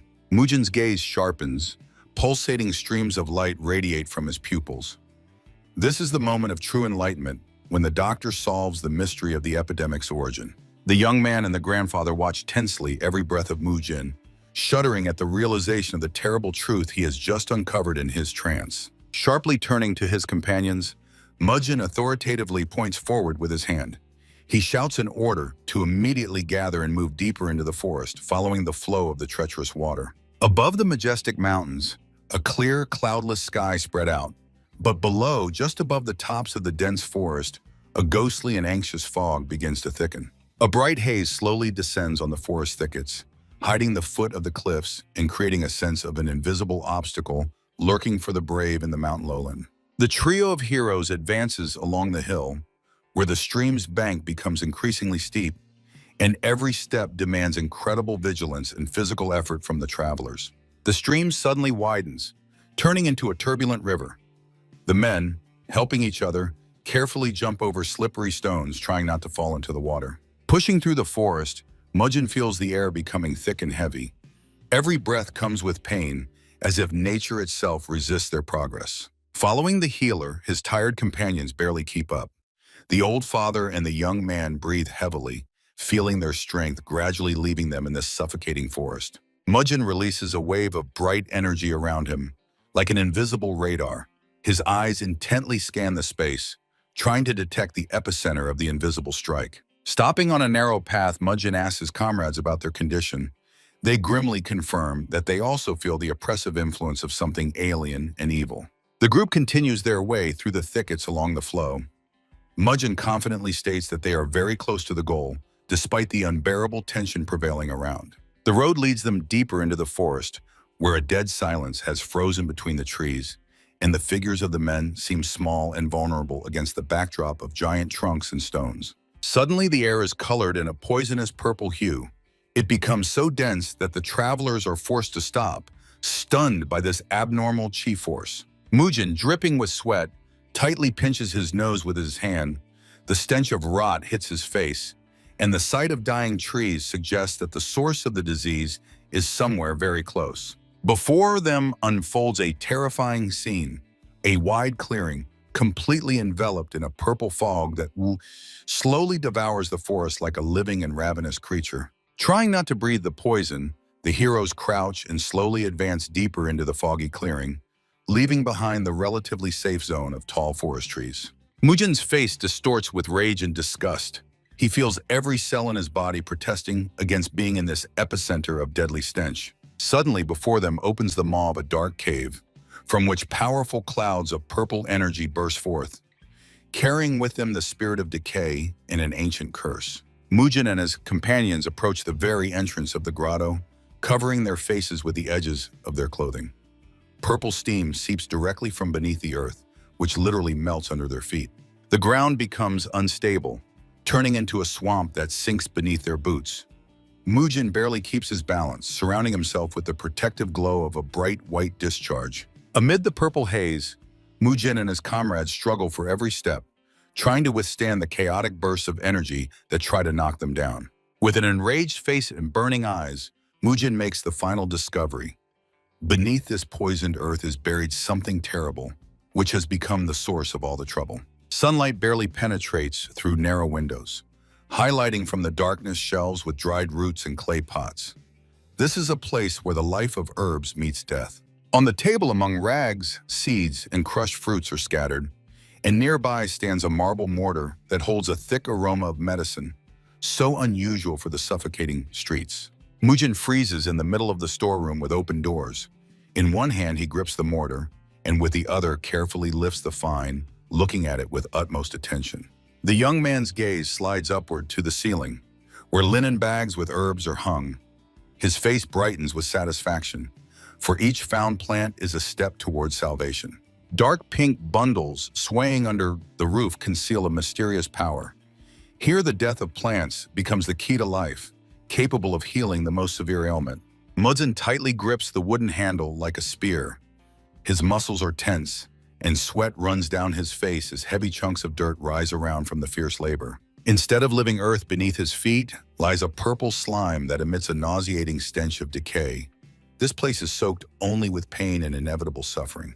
In the depths of the dug pit, among a sticky purple mud, the bones of dead beasts and fish remains, turned into a complete cemetery of nature, gleam eerily white. Leaning on a long stick, Mudson gloomily watches this heap of remains, trying to understand which madman could have created such a quantity of death in one place. At the foot of the cliff, where a stream babbles, three men with stakes in their hands balance over the abyss, trying to unravel the mystery of these terrible graveyards. Mighty tree crowns sink into a purple haze spreading through the forest, carrying suffocation and a heavy, poisonous smell that takes one's breath away. Breathing heavily and wiping sweat, Mudson turns to his companions. He insists on immediately extracting the remains from the pits so that the poison does not enter the clean waters of the stream. The elder man and the young man, overcoming disgust, descend into the pit under Mudson's watchful eye, who is ready at any moment to come to his comrade's aid. The boy with a bandage, shuddering from what he has seen, asks his father who could have been so cruel as to arrange this mass murder and bury the evidence here. While the men pull the slimy animal corpse to the surface, Mudson realizes the terrible truth.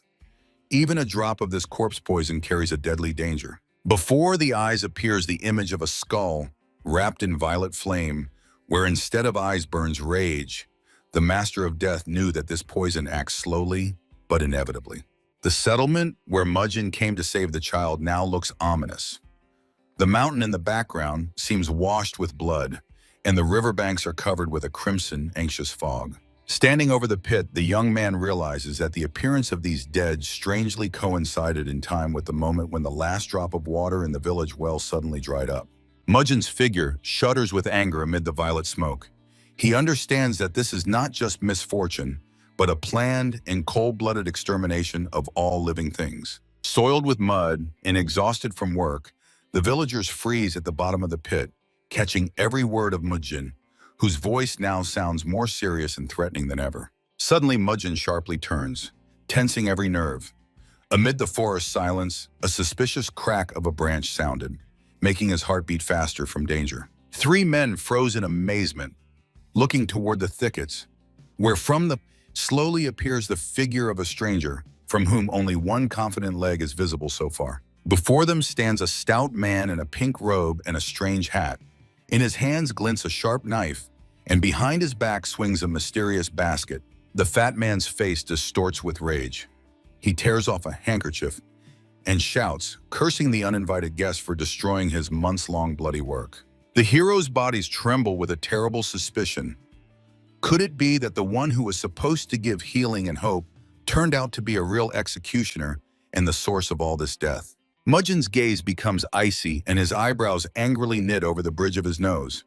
He realizes that Dr. Yen not only knew about the poison, but consciously profited from deaths, collecting money from unfortunate victims. In Mudson's thoughts, the image of the doctor splits. The friendly mask of the fat man slips off, revealing the true devilish face of a demon who only pretended to be a merciful healer for profit. Before the eyes appears the disgusting likeness of a doctor in the form of a gluttonous pig devouring silver. Mudson is nauseated by the thought that the boundless greed of this creature nearly wiped an entire settlement off the face of the earth. Dr. Yen no longer hides. He squints maliciously, clutching a knife in his hand, and the removed scarf around his neck indicates that the game of secrecy is over and the time for open hostility has come. Mudson freezes in a fighting stance amid the purple swamp, firmly gripping a stick. His body trembles with rage, and the only thought in his head demands immediate retribution against the unscrupulous executioner. Standing shoulder to shoulder with the father of the sick boy, the young man prepares to leap, for in his eyes the fat man in the pink robe is the root of all evil that must be uprooted. An old man holding a stick in one hand and the torn head of a dead goat in the other shouts madly at the doctor, asking how he could turn human sorrow into a bloody business. Amid the suffocating purple fog, the father swings his dreadful burden at Dr. Yen, but the fat man deftly dodges the blow, maintaining a contemptuous and evil smile on his face.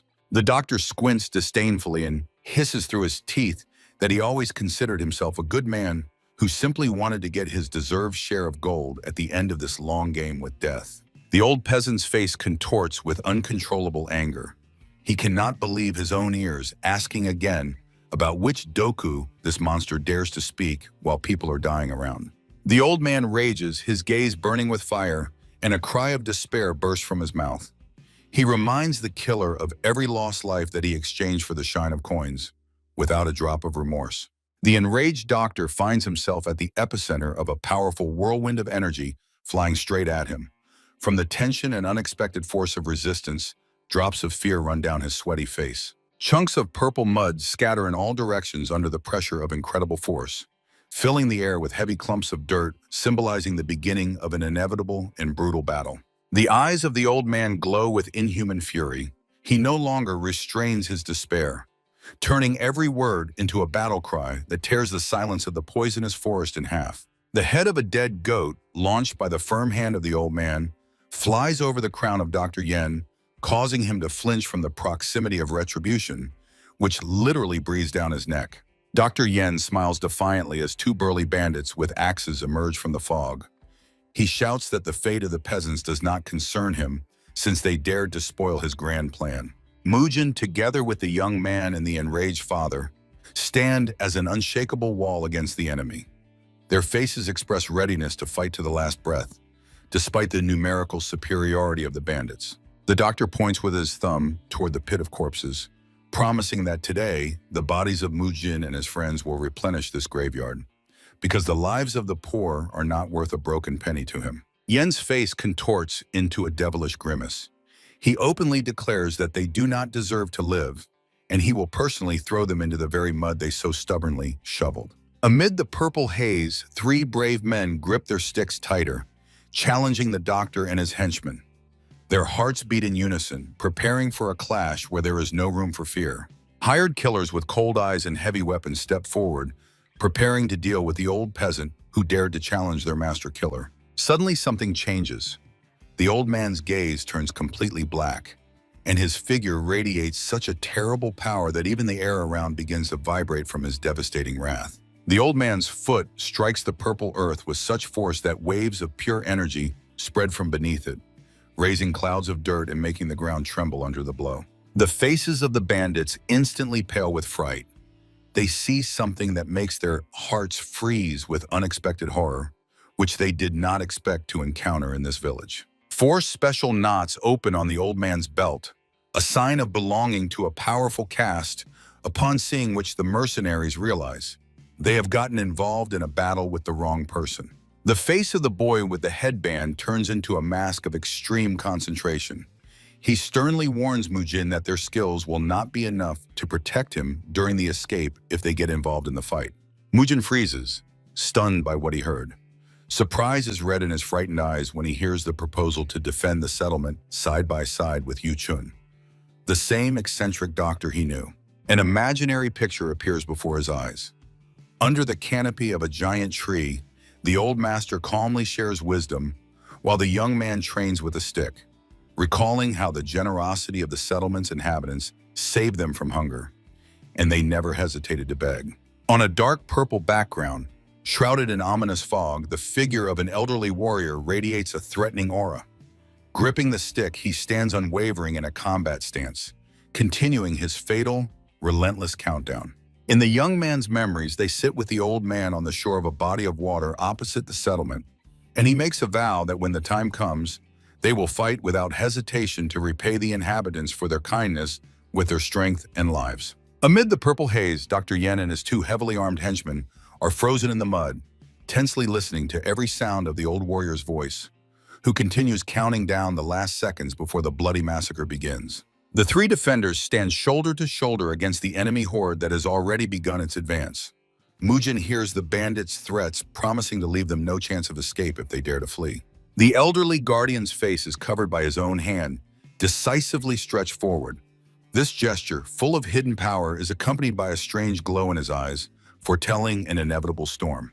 2 mercenaries, one with a bandana and an axe, the other with a top knot and a battle axe, burst from their place, breaking through streams of energy with a shout that the fate of their opponents is already decided and the enemies themselves have made this deadly choice. In a surge of incredible energy that makes the ground tremble beneath their feet, Mujin and the boy with the headband, frightened but determined, prepare for the clash, accumulating all their inner strength for the first strike.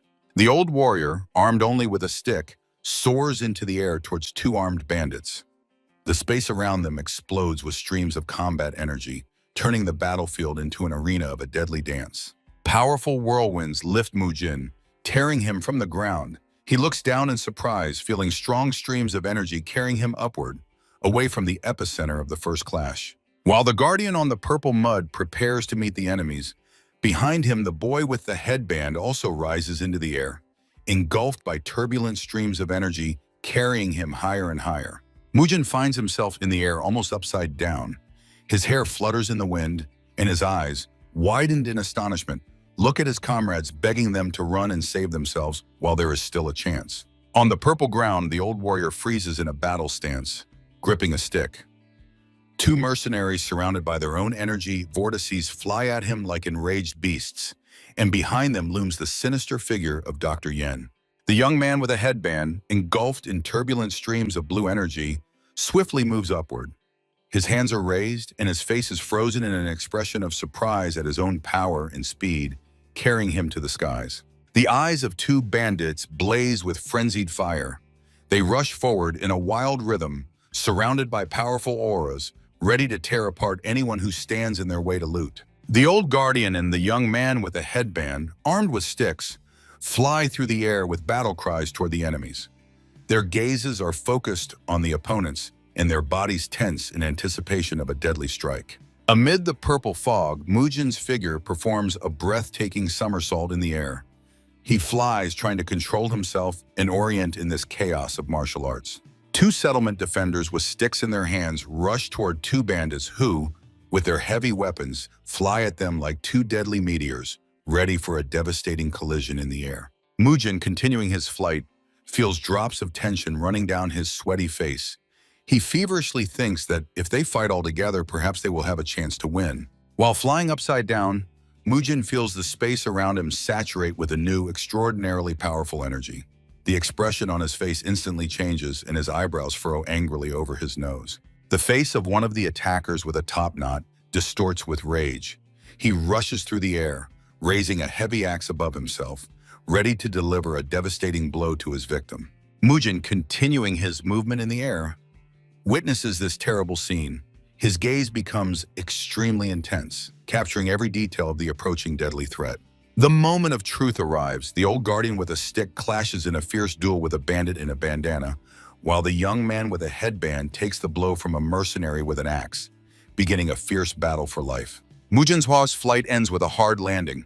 He crashes into the shore, and from the strong impact with the ground, his entire body is pierced by sharp pain, making his breath catch. The face of the young man with the headband in the heat of battle radiates primal rage. He clenches his teeth so tightly that the tendons play on his cheeks, and he puts all his hatred into every lightning-fast movement. Above the mirror-like surface of the stream, amid the purple haze, men's legs rush by, wrapped in colossal streams of energy that cut through the fog like blazing blades. The young man with the headband continues his deadly dance. His eyes burn with anger, and his lips are pressed into a thin line as he frantically attacks the enemy in an endless flow of movements. Mujin rushes along the forest path among towering trees, trying to escape as far as possible. He feverishly convinces himself that this retreat is the only logical way in such a situation. The figure of the boy blurs from the mad speed of running. He tries to drown out the voice of conscience with thoughts that he is only following the comrade's order to save his own life. Breathing heavily, Mujin focuses on the main goal. He must survive at any cost to deliver the message to the settlement and warn the people about the deadly threat.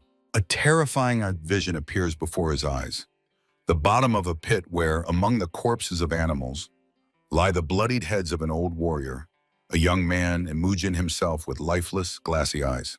In this imaginary pit reigns the chaos of death, chopping parts of human bodies mixed with dirt and blood, and a severed hand reminds of the terrible fate awaiting those who remain.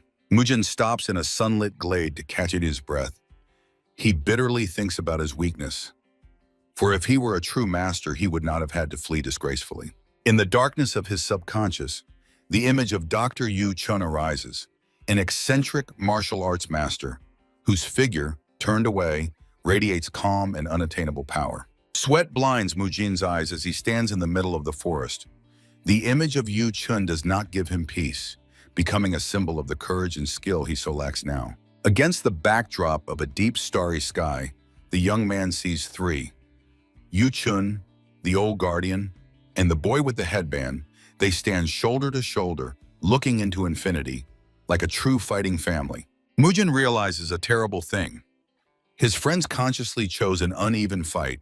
Although they are not masters of the highest level, their devotion to the settlement proves stronger than the fear of death.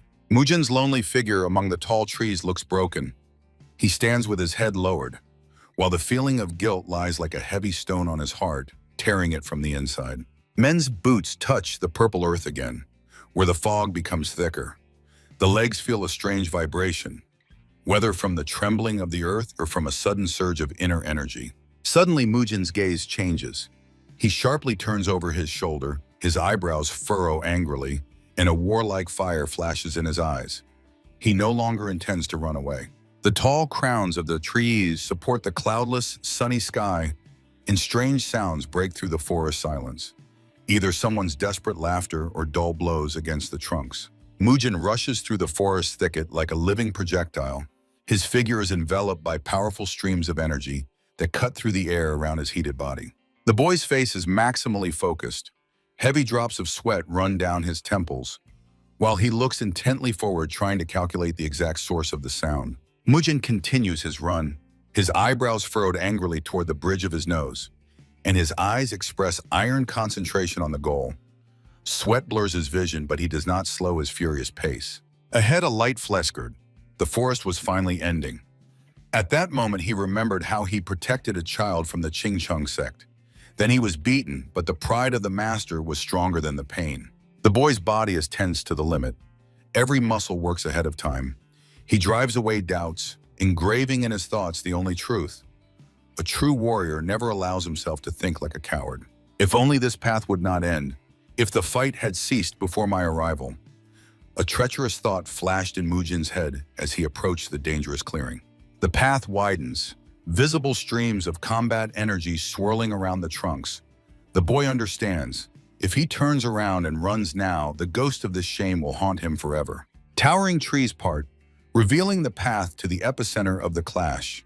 The loud sounds of battle become clear, and a dangerous vibration from the strikes of steel is felt in the air. Mujin freezes in the thicket, breathing heavily. His gaze is fixed on the bloody spectacle, where a gang of robbers has surrounded a brave young man with a stick and an exhausted elderly master. The young man with a headband moves like a whirlwind, his staff tracing complex arcs in the air.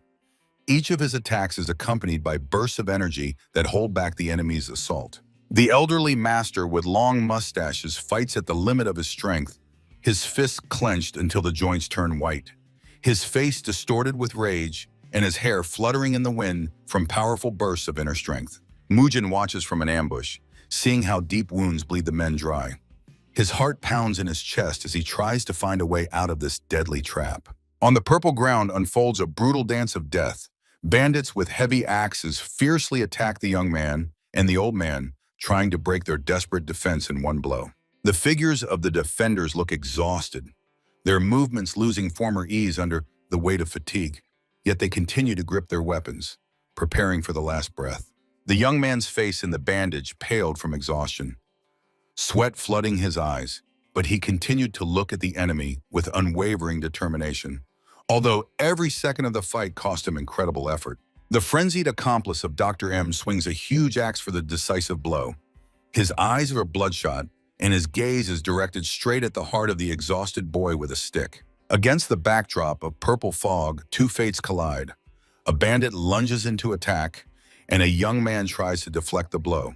The space around them explodes from the clash of colossal volumes of energy. One of the attackers falls to his knee, unable to withstand the tension, while the young man with the bandage flies backward, trying to maintain his balance after the devastating blow of the enemy axe. "How tired I am of you, damn bandits!" shouts the boy, gritting his teeth. His stick trembles under the weight of the axe embedded in the tree, but he refuses to retreat. The air is torn by the clatter of metal and the crack of wood. Three fighters have locked in a tight circle where every mistake costs a life, and the tension has reached its critical point. The robber's eyes burn with the fire of murder. He presses again and again on the boy whose face is covered with dust and sweat, but his gaze remains sharp and focused on every move of the enemy. The axe whistles through the air, tracing deadly circles around the defender. The youth maneuvers skillfully, holding the stick against blows capable of splitting stone. At the moment of weapon clash, the youth's face distorts from exertion, his mouth twisted in a silent scream, and his dilated pupils reflect the approach of deadly steel. The bandit swings again, shouting through laughter, "You're tougher than you look, ragamuffin." His strike carries all the weight of rage, promising to end this long battle. The bandit with a bun skillfully draws eights in the air with his heavy battle axe, while the youth with a headband barely manages to dodge. The attacker mocks, demanding to show the skill he boasted of earlier. The blade of the battle axe whistles through the air, grazing the youth's body. Bright red drops of blood burst from a deep wound, leaving a painful trail on his exhausted body. At the moment of the stick and battle axe clash, the youth's face turns into a mask of extreme effort. He moves at the edge of human capability, trying to hold back the devastating force of the enemy's weapon. The enraged robber raises his massive weapon over his head again, his face expressing animal bloodlust and confidence in a swift victory over the wounded opponent. The youth is knocked off his feet. He shields himself with the stick from a blow that strikes directly on the wood. Meanwhile, the old master, fending off the burly bandit, desperately calls the apprentice, "Jusain!" The master sharply looks back over his shoulder, his face burning with anger and tension. He shouts at the top of his lungs, ordering Jusain to immediately pull himself together and rise from his knees for their mutual survival.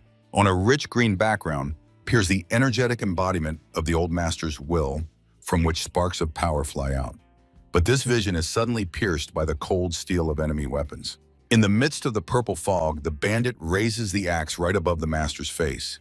He desperately dodges the blow while the enemy mockingly asks if he is too old to worry about others at such a moment. The master falls to the ground, leaning on his hands and breathing heavily. Right in front of him, an enraged bandit knocks Jusana down with a powerful punch, forcing him to fall again onto the purple soil. The bandit in a bandana glances over his shoulder with a beastly look, his eyes glowing ominously beneath furrowed brows. Baring his teeth, he asks if these two intend to fight dirty to the very end. The face of the elderly man is covered in sweat, but his gaze remains firm. He hoarsely replies that it is better to be dirty than a dead victim, and that is still more honest than the evil carried by the bandits. In the foreground, a bandit in a bandana fiercely swings an axe and clenches his fist. He confidently declares that the old man and his apprentice are doomed and must come to terms with their inevitable death. The master kneels on one knee, holding onto the ground, but his eyes look at the enemy with unwavering stubbornness. The bandit only laughs, threatening to turn their bodies into fertilizer for this forest. The old master's gaze becomes thoughtful. Sweat trickles down his forehead as he listens to the surrounding noise. It seems that amid the chaos of battle, he heard something, or finally a plan was born in his mind. The old man's facial expression changes instantly. His eyebrows furrow angrily, and his gaze focuses on something important ahead. He has made a final decision that could change the course of this uneven confrontation. Jusin takes off into the air again in a combat position, tightly gripping the stick. His eyes glow with pure hatred, his teeth clench tightly, and every movement aimed at destroying the enemy before him. In the thick fog, a fierce slaughter continues. Jusan desperately maneuvers while the bandit keeps pressing the old master. However, the elderly warrior confidently declares that he is not ready to give up so easily. On the purple land lies a lonely fragment of a shattered staff, a once reliable weapon of the defenders, now turned into a symbol of their critical situation in this battle. The bandit makes a powerful leap with a loud battle cry, aiming at the master. The old man sharply jumps aside, swiftly approaching the remains of his staff lying on the ground. The face of the bandit in the bandana distorts with rage. Clenching the axe tightly in one hand, He yells at the old man, outraged that he still has the audacity to resist and defend his life. Right in the air, the bandit catches up with the master and with a powerful blow shatters his stick into small splinters. The old warrior at the last moment tucks in and makes a swift somersault, avoiding death. The bandit repeatedly charges with the scream, "Die!" But the master, even while falling, does not take his eyes off the enemy, watching every move over his shoulder and preparing to defend. The master's head is wrapped in energy flows. His face radiates absolute concentration. Despite fatigue and sweat, a new insidious plan can be read in his confident gaze. Jusin continues his fight, frozen in a defensive stance before the bandit with a bun. The latter does not tire of swinging his weapon, making one attack after another on the exhausted young man. While Jusan's eyes blaze with anger and drops of blood fly from his stick, another drama unfolds behind him. A bandit in a bandana jumps at the master, but he skillfully dodges the blow again. Against a purple ground, a man's hand desperately claws into the earth. Fingers tightly grasp roots and dirt, seeking support for the final surge. In the center of the fight, Jusin kicks the enemy while holding a stick ready as the old master jumps away from another bandit. The heavy axe of the bandit crashes into the ground with a roar, raising a cloud of dust. The face of the elderly warrior is tense to the limit, eyebrows furrowed, and eyes fixedly looking forward. He is in constant motion, ignoring the fatigue that clouds his vision. A memory arises in his mind, a peaceful village painted in the yellow-orange hues of sunset, whereby the riverbank an old craftsman quietly sat next to the very young Jusin. The master soars in a high jump, surrounded by a golden glow of energy. In his hand is clenched a piece of root and mud, which he prepares to use as his last weapon of despair. Outrage and shock are read on the face of the bandit in the bandana. He screams from surprise as a piece of dirt hit him right in the face, blinding him for a moment. The figure of the old warrior falls on the bandit with an axe right in midair. He grabs him by the shoulders with all his weight, trying to knock the enemy to the ground. Chaos unfolds on the purple background. Yusung, with a precise kick, knocks one attacker off his feet, forcing him to fall on his back along with his massive Sakura. The enraged bandit strikes the master with the axe right in the back. The air bursts with splashes of blood, but the old man continues to hold the enemy firmly, sacrificing himself for the sake of the student. Yusung freezes in horror, his eyes wide open, and his heart skips a beat. He instantly realizes the terrible price the teacher is paying for his chance at salvation. The young man's gaze sharply changes, focusing on the wounded figure of the teacher.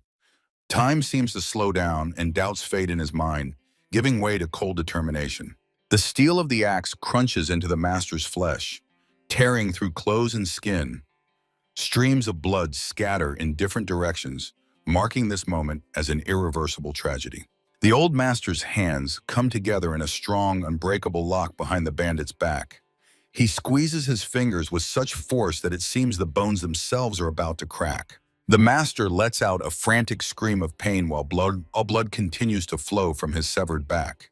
He holds the enemy in deadly embraces, giving him no chance for another strike. Yusong's face becomes stone-like with concentration. Despite the pain in his heart, he understands. The teacher's sacrifice must not be in vain, and he is obliged to finish this fight here and now. The old man's eyes darkened from inhuman tension.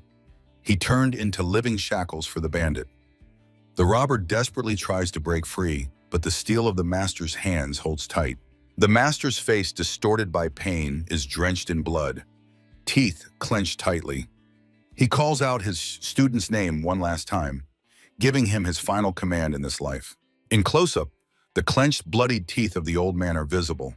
He hoarsely says that the time has come to repay people for food and kindness, protecting the weak at the cost of life. Jusin takes off into the air like an angry god of war. He raises the stick high above his head, putting all his hatred and desperate hope into the upcoming strike. The face of the bandit held by the old man twists with animal fear.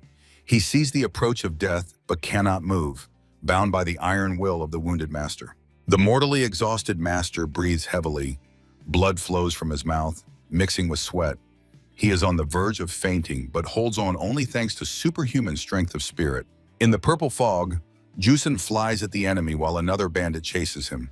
The young man ignores the danger behind, fully focused on the target ahead. Jusun tightly grips the stick, aiming a strike at the head of the bandit in the bandana. Meanwhile, another attacker has already raised an axe, trying to intercept the young man in midair. The young man fights off one enemy while trying to cover the wounded master. The bandit with the axe receives a powerful blow to the jaw, momentarily disorienting him. Mujin suddenly emerges from the shadows with a face twisted in rage. In one hand, he holds a heavy stone, and the other is already raised for a devastating throw toward the enemies. The bandit with a bun on his head falls to the ground with a dull groan. The heavy stone hit him right in the face, turning it into a bloody mess. The bandit only manages to curse Dr. Yem. Jusun lets out a furious scream, releasing a colossal wave of energy. His eyes blaze with beastly fury, and his sweat-soaked figure moves like an enraged whirlwind to protect the teacher. Jusun's heavy stick strikes the head of the bandit in the bandana with devastating force. The bandit's eyes widen in shock and he collapses limply to the ground, dropping his weapon. In the middle of the clearing, the drama's finale unfolds. Jusun freezes in a fighting stance after the strike. The master still holds another enemy, and Mujin runs out of the forest while Dr. Yem coldly watches them from afar. Against the backdrop of purple fog, everything mixed together.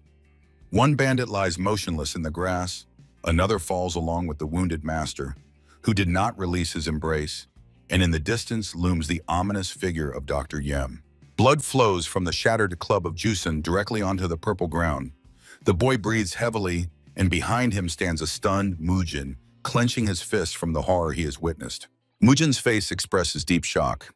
Sweat rolls down his cheeks, and in his eyes reads uncontrollable pain and sympathy for the wounded heroes who sacrificed themselves for justice. Suddenly, Mujin's pupils dilate with surprise.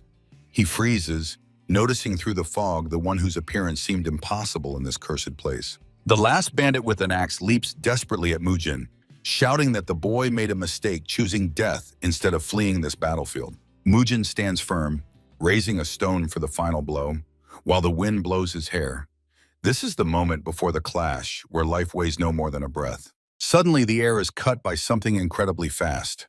An invisible flash rushing over the clearing with a whistle that makes the heart stop. Mujin looks up in surprise, trying to understand what force intervened in the fight and saved him from the deadly axe strike. Before Mujin, who still clutches his stone, stands not the attacker, but Dr. Yuchun.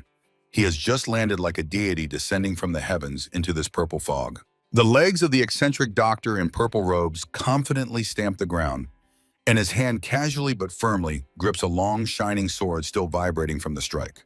Yuchun slightly turns his head toward Mujin, throwing a brief phrase.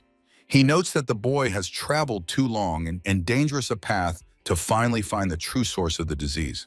The scene on the clearing is horrifying.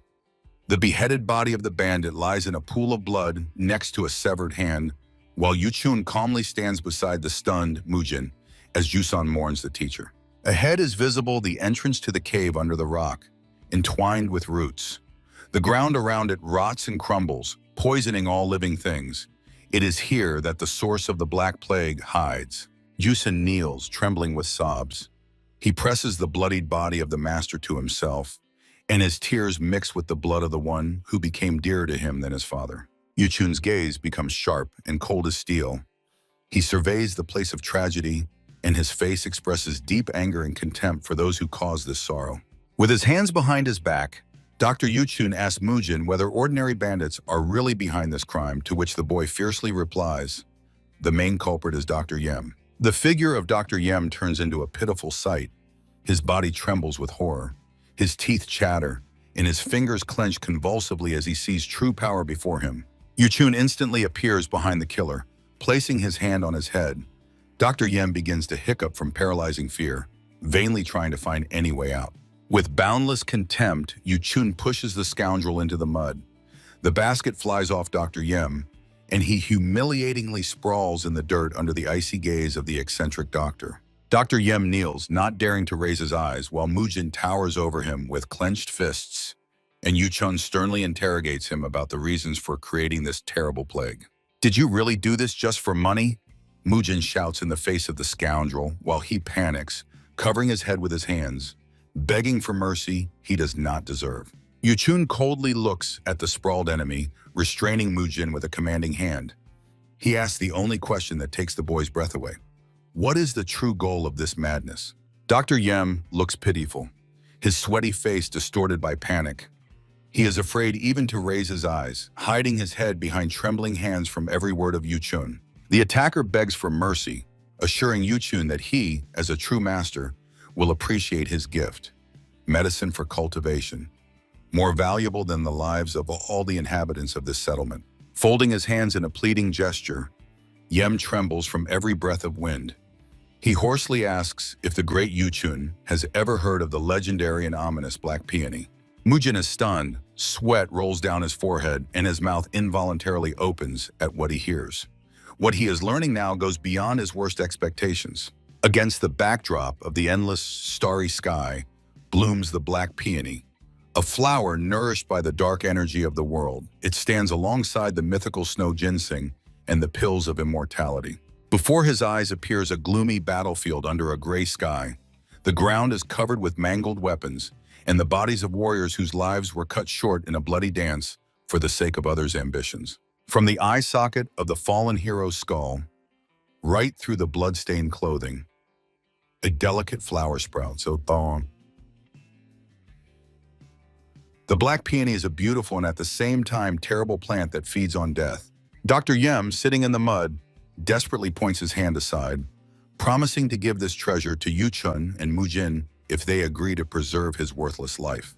Yuchun sinks into thought, his face becoming focused, while Mujin, standing behind him, tries to comprehend the scale of the crime this killer has committed. A trembling finger points to the entrance of a cave, from the depths of which a strange, otherworldly light breaks through.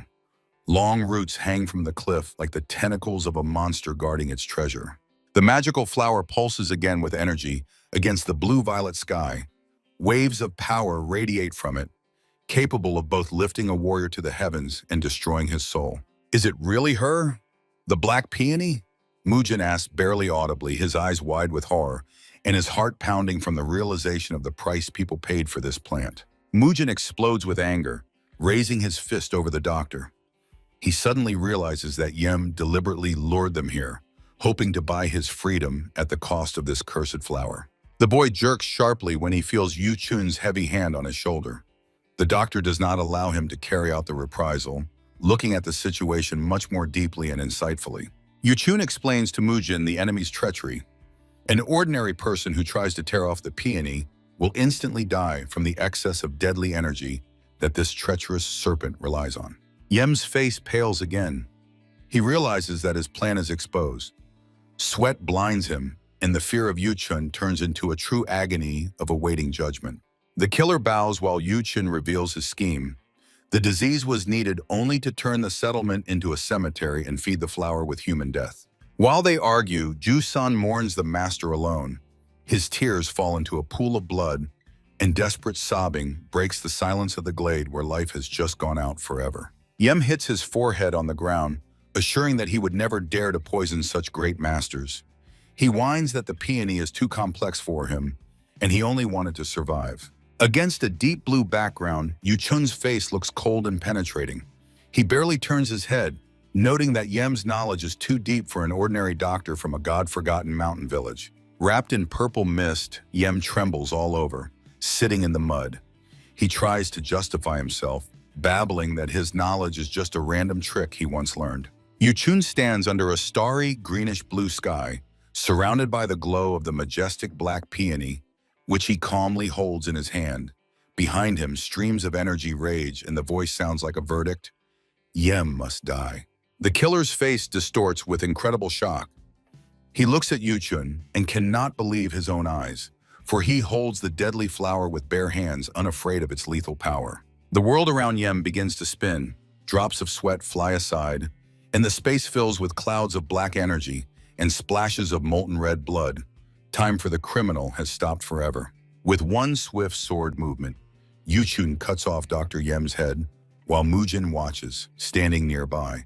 Powerful streams of blood rise up, marking the end of the bloody deception. In the purple mist of the forest, Mujin and Yuchun stand over the finale of this drama. At their feet in the mud lies Yem's severed head, whose empty gaze has finally frozen in eternity. Yuchun raises the black peony to the sky, watching as magical vibrations emanate from it. He puts a full stop to the story, proclaiming that everyone chooses the moment of their own death, and Yem has made his choice.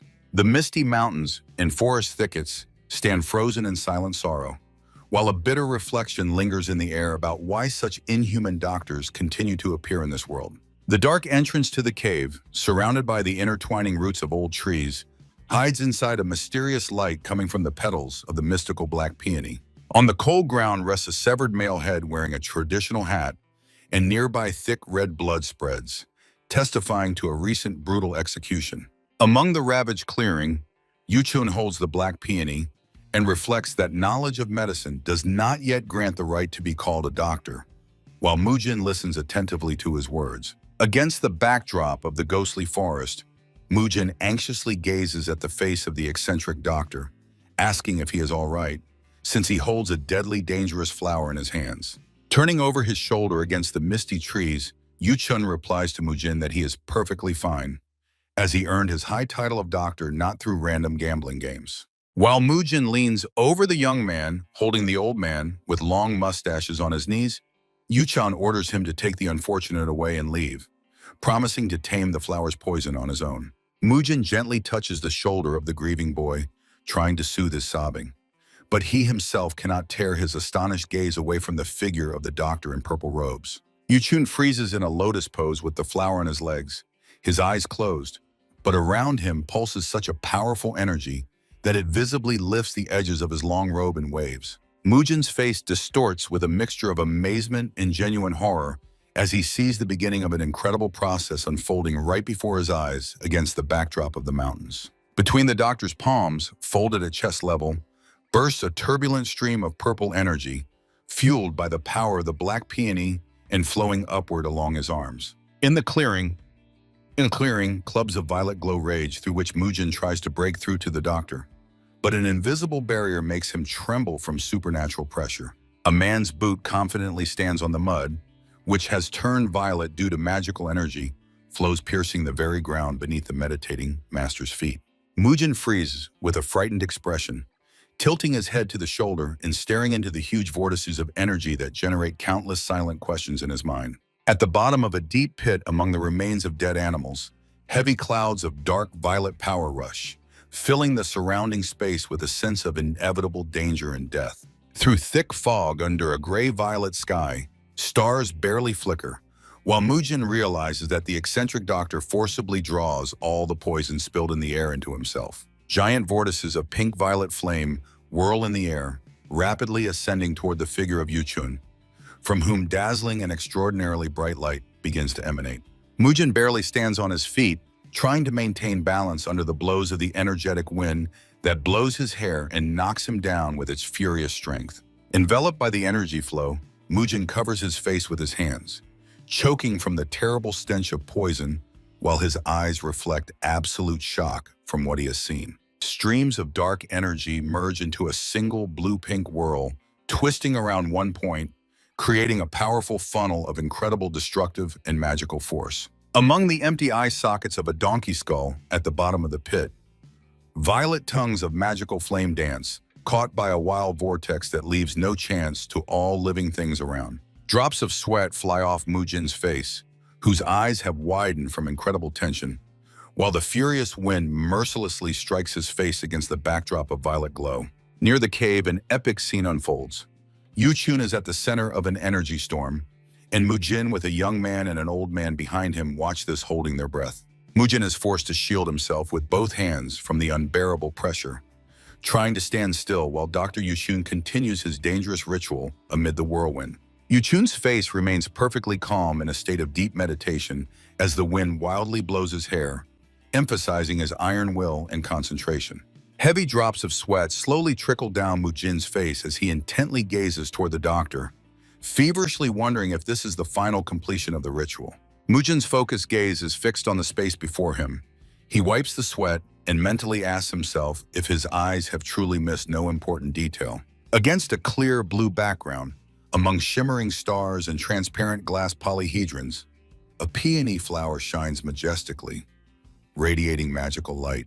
Yuchun, with a triumphant smile, displays the peony that has changed its color to a delicate lilac and offers it to Mujin, enjoying the harmony of pure chi energy. Enjoying the harmony of extending the flower to the astonished young man, the doctor explains that he personally purified it from deadly poison, and now this rare gift can be safely consumed. Mujin holds the peony confusedly against the backdrop of majestic mountains, while Yuchun assures him that he fully deserves this treasure because he managed to unravel Dr. Yem's cunning plan.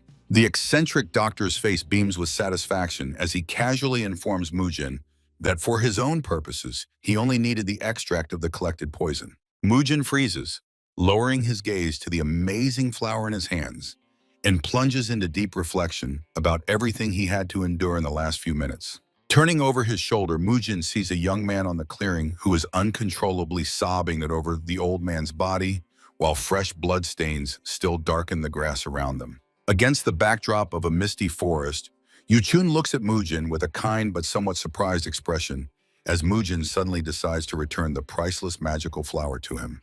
Standing in the middle of the clearing, Mujin stretches the peony back and admits that he returned only out of fear of being called a coward, although he was able to throw only one stone. Mujin's face fills with bitter disappointment.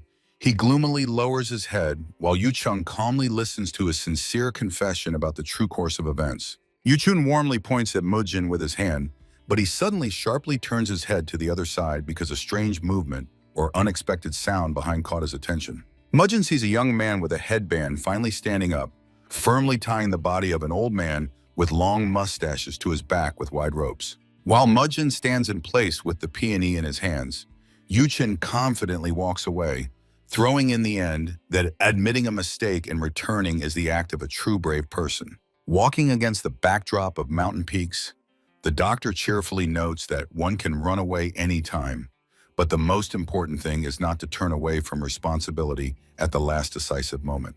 Mujin freezes with an extremely serious expression on his face, trying to absorb every word spoken to him by this strange but wise eccentric doctor in purple. Under the luxurious gray-pink sky, the golden peony explodes with bright sparks, scattering magical glitter around it that resembles real stardust. Yuchun continues sharing the secrets of existence until suddenly his inspired speech is interrupted by a loud and distinct crunch sound coming very close to him.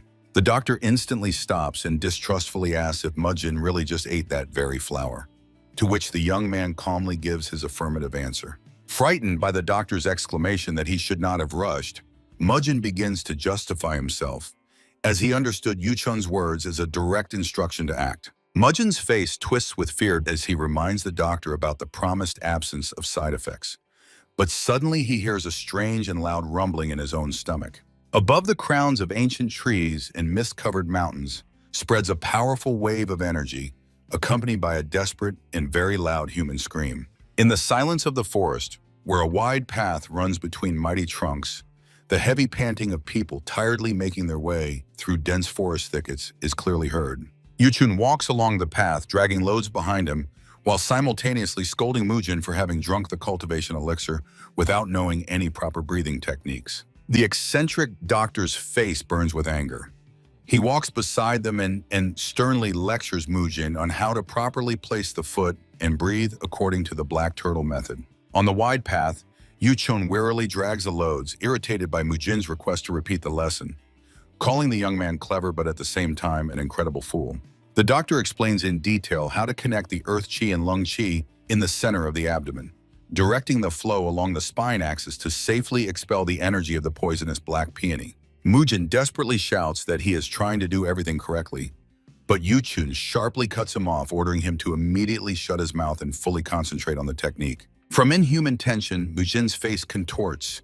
He begins to tremble violently, and horror at the uncontrollable processes in his body is reflected in his dilated eyes. Thick steam bursts from the young man's mouth, sweat floods his forehead, and each heavy step in the men's boots becomes part of a complex and exhausting magical exercise. Yuchun freezes cautiously, noticing how a strange blue energy begins to pulse around his student, indicating the onset of deep internal changes. A sturdy men's boot confidently presses into the forest ground, completing another step in the correct rhythm, which is the foundation of the ancient cultivation method. Mujin moves swiftly through the forest, enveloped in a bright blue glow like a fiery element, while the wind wildly blows his hair and washes away drops of sweat. Turning to the young man, Dr. Yuchun thoughtfully considers that he will be able to fully organize Chi's rebellious energy even before they reach the first settlement. A small squad moves through the forest. Ahead are the doctor with the stretchers and the radiant Mujin, and behind is the exhausted boy carrying the wounded old teacher on his shoulders. The frightened Mujin feels an unprecedented power inside himself. His mouth is open in a silent scream, and his body burns in a pillar of pure blue energy. Against a bright blue background, Yuchun intently watches the student, sensing his sincere amazement at how powerful and effective the magical energy has turned out to be. In a wide clearing, the angry Yuchun insists on continuing the exercises while the blood-stained young man with the old man on his back wearily trails behind his companions. Mujin complains of stomach pain, trying to avoid the duty of carrying the wounded, while the blood-stained boy attentively listens to their endless argument. The road finally leads the travelers out of the forest thicket to an open space where a majestic panorama of distant mountains unfolds before the tired heroes. The sky above the heroes' heads is painted in incredible shades of yellow and pink, foretelling important changes in the end of their difficult and dangerous journey. The residents of the mountain village poured out onto the street, anxiously and intriguingly gazing at the sky, against which figures of unexpected and strange guests appear. In the open square, Mujin widely spreads his arms before the crowd, while Yuchun and the exhausted Jusun with the wounded on his back silently wait for the villagers' reaction. Inspired, Mujin loudly announces to the people the victory over the source of the disease, pointing to Jusan and the old man as heroes who helped overcome the culprits of the trouble. The joyful crowd bursts into applause and shouts of gratitude, but the face of the young Jusun remains gloomy and incredibly tired from the endured sufferings. Happy people surround the doctor and Mujin in a tight circle, while Jusun with his heavy burden remains standing aside, feeling complete loneliness.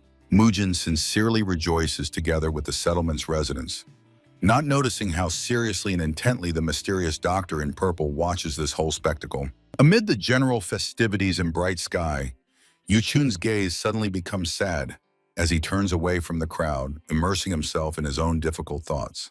Under the fiery sky,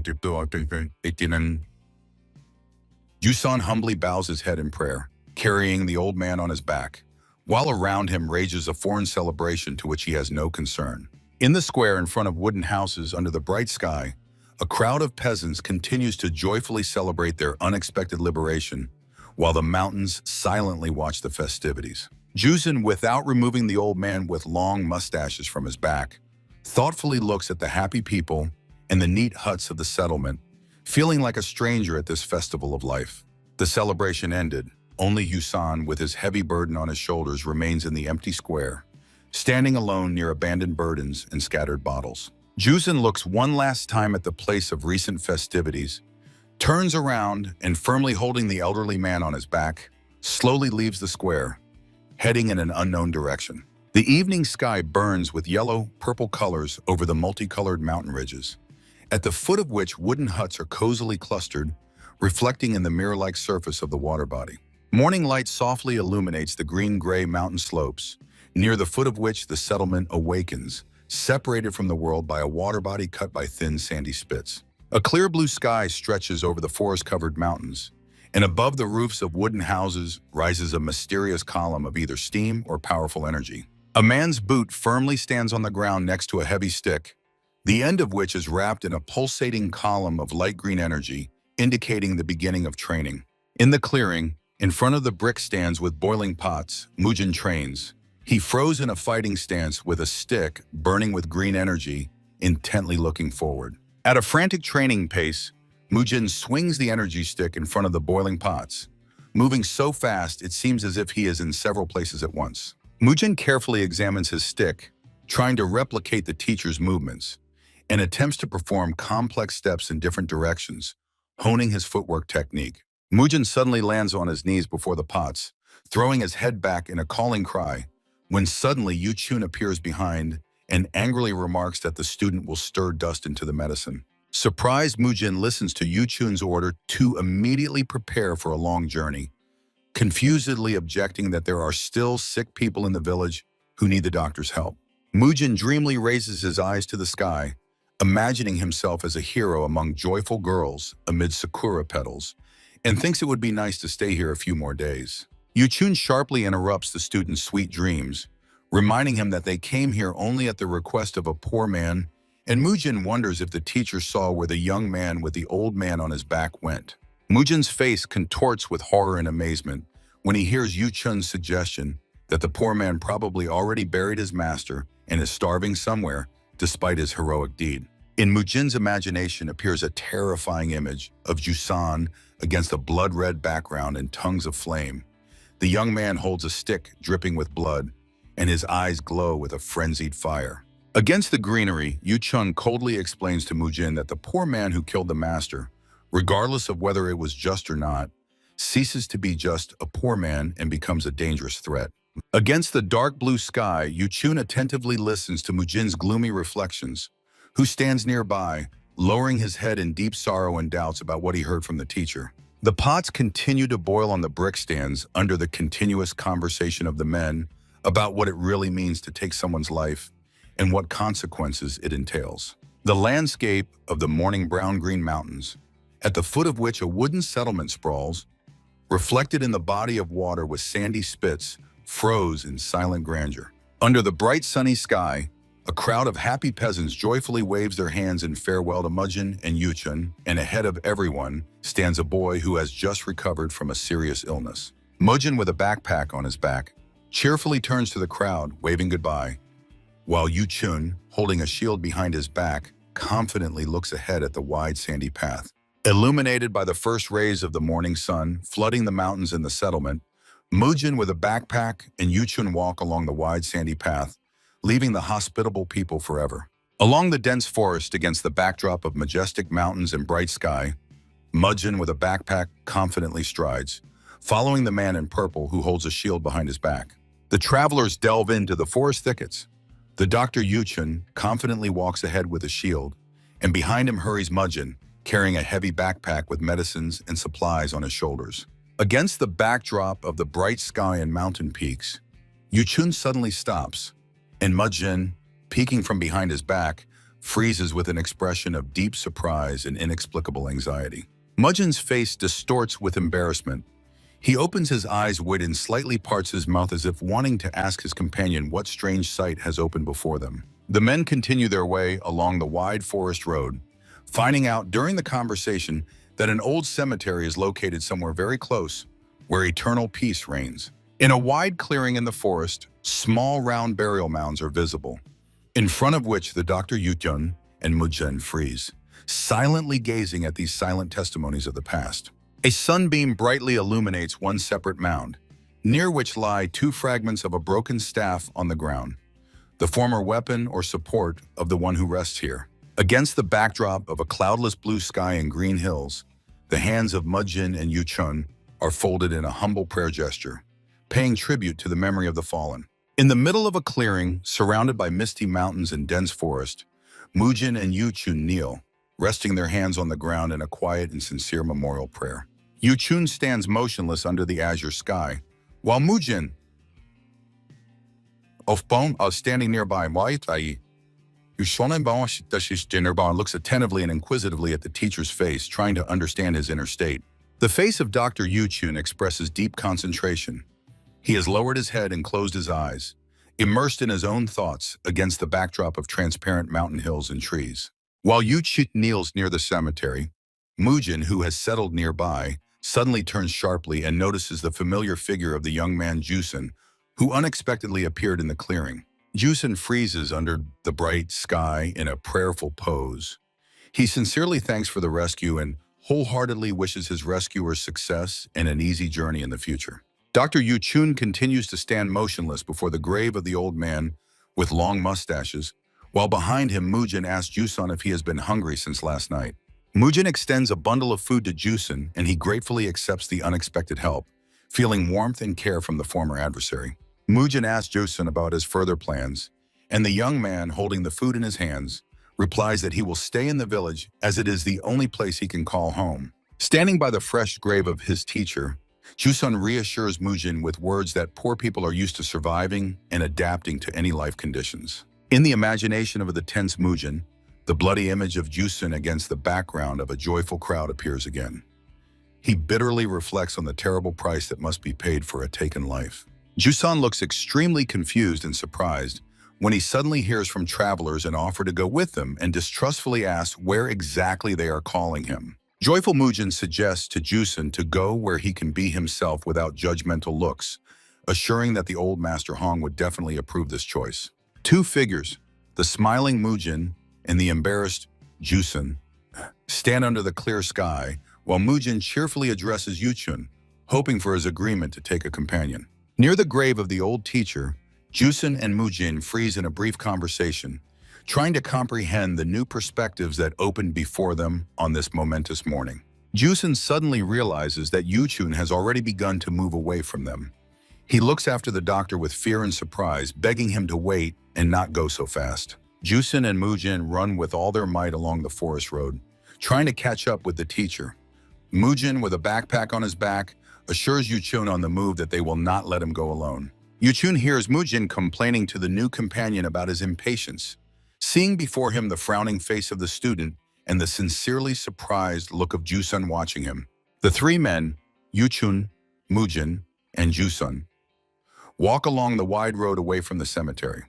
Mujin confidently declares that they are now one team, not forgetting about training. The solitary grave of the elderly master with long mustaches rests at the foot of the hill, and next to it lies a memorial staff split in half, covered with mysterious hieroglyphs. Two fragments of the staff on the ground near the travelers eloquently testify that Hyun is buried here, a true hero who, despite his poverty, earned eternal memory. Dr. Yushun, without stopping, barely turns his head back and throws over his shoulder to his young companions a single but meaningful word: Luoyang. The morning haze slowly rises over the majestic river, in the middle of which, on an island, stands an impregnable settlement, surrounded by a strong stone wall. In the forest clearing, the figure of Dr. Yuchun looks majestic. He skillfully maneuvers the sword, while Mujin and Jusun listen intently to his lesson about the true essence of the weapon. Yuchun swiftly soars into the blue starry sky. His movements become lightning fast, and the blade of the sword draws patterns in the air of a shape the teacher calls by the refined name Wasp. The master continues his dance of death under the night sky, tracing a perfect circle in the air. These incredibly fast and dangerous movements are called Ivy. The eccentric doctor radiates powerful energy, his eyes blazing with strength, and his clothes flutter in the wind as he performs a circular technique called Summit. Mujin and Jusung stand in fighting stances on the clearing with swords in their hands, watching Yuchun smoothly descend from the heavens, surrounded by bright energy sparks.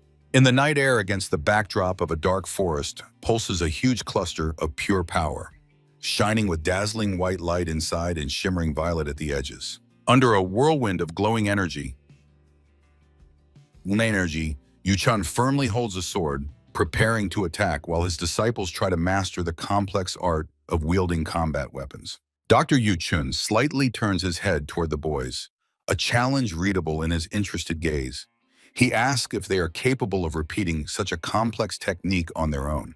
The faces of the young men against the night sky look exhausted.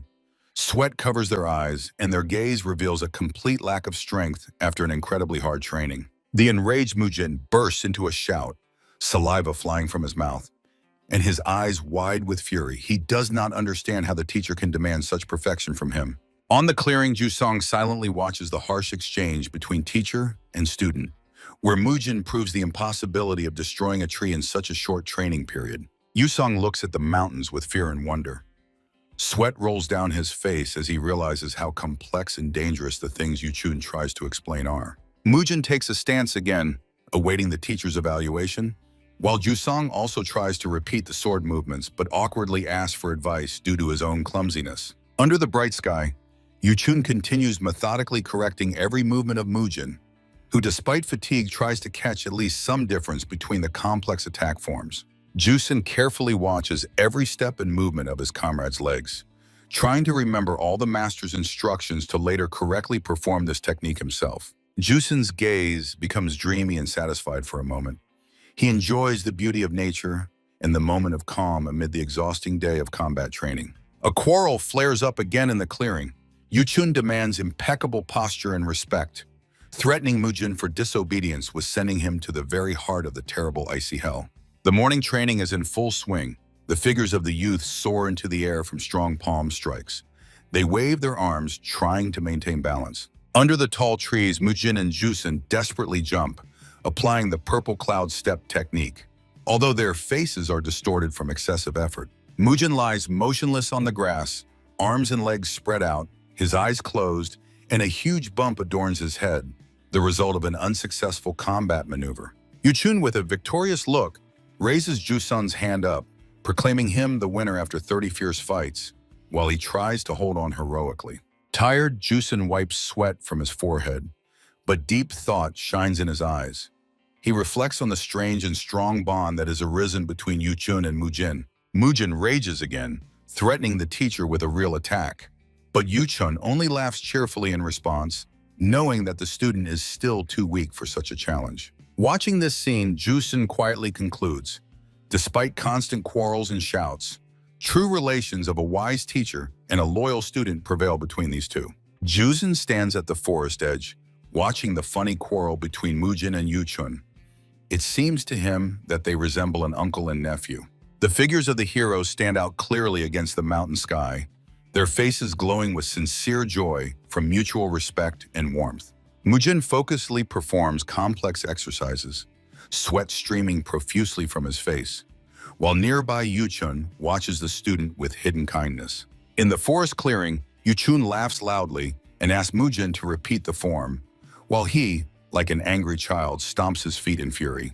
Jusun's head in profile against the greenery, he is frozen in thought, silently analyzing this sincere dialogue between the master and his pupil. Joyful Jusun on a light background looks inspired. He fingers the knots on his belt, immersed in pleasant memories. The sun slowly rises over the mountain settlement, reflecting in the river where long ago Hongyun and little Jusun once sat. The scene of a peaceful morning impresses with grandeur. A mighty river encircles an island where behind high walls a cozy settlement is securely hidden.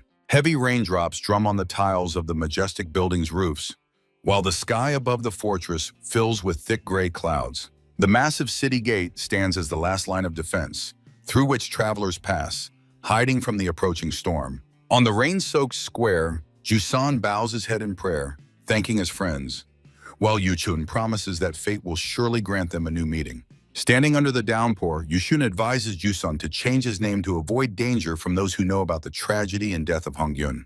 The humble figure of Jusun stands still in the middle of the city square under the pouring rain. The young man expresses his boundless gratitude one last time. The city comes alive under the sound of the downpour. Passers-by hurry about their business, and among the crowd Jusun turns and waves goodbye to his friends one last time. The silhouette of Yusun gradually dissolves in the distance amid the rainy square, but he still continues to wave his hand to his companions. The bad weather intensifies, forcing the residents to seek shelter, while the fortress walls reliably protect them from the wind and cold streams of water. Mujin's sad face reflects his state. He slowly lowers his hand, feeling a strange emptiness from the fact that his friend has left. Yuchun instantly notices the disappointment on the student's face. They stand side by side as the outlines of buildings blur through the rain. Mujin admits that Jusun became his first true friend after he left Sichuan, and this loss resonates with pain. Mujin's face twists with offense at the doctor's irony. He says that the student will never win against Jusun in a duel. The angry young man tries to prove his strength, actively gesturing and assuring that last time he was one step away from triumph. Yuchun confidently walks down the street, ordering Mujin to be silent while he tries to find out exactly where they are heading.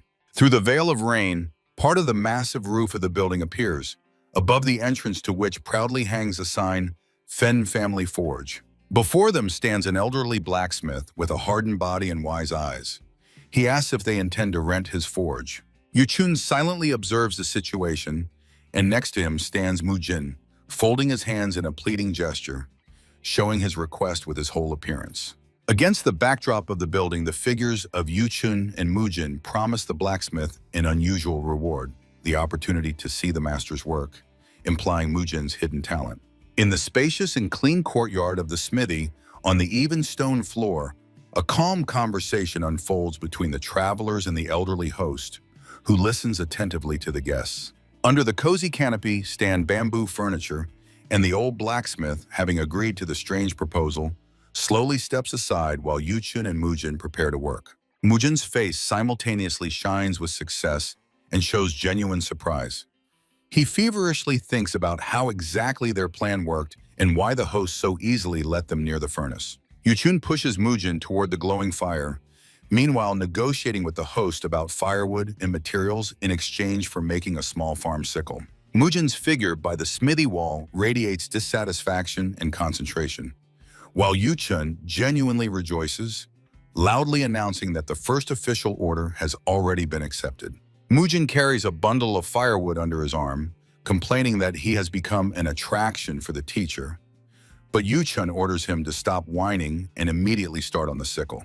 Standing against the backdrop of the rainy street, Yuchun instructively raises a finger upward, reminding the boy that he must repay with his own labor for a whole month of exhausting training.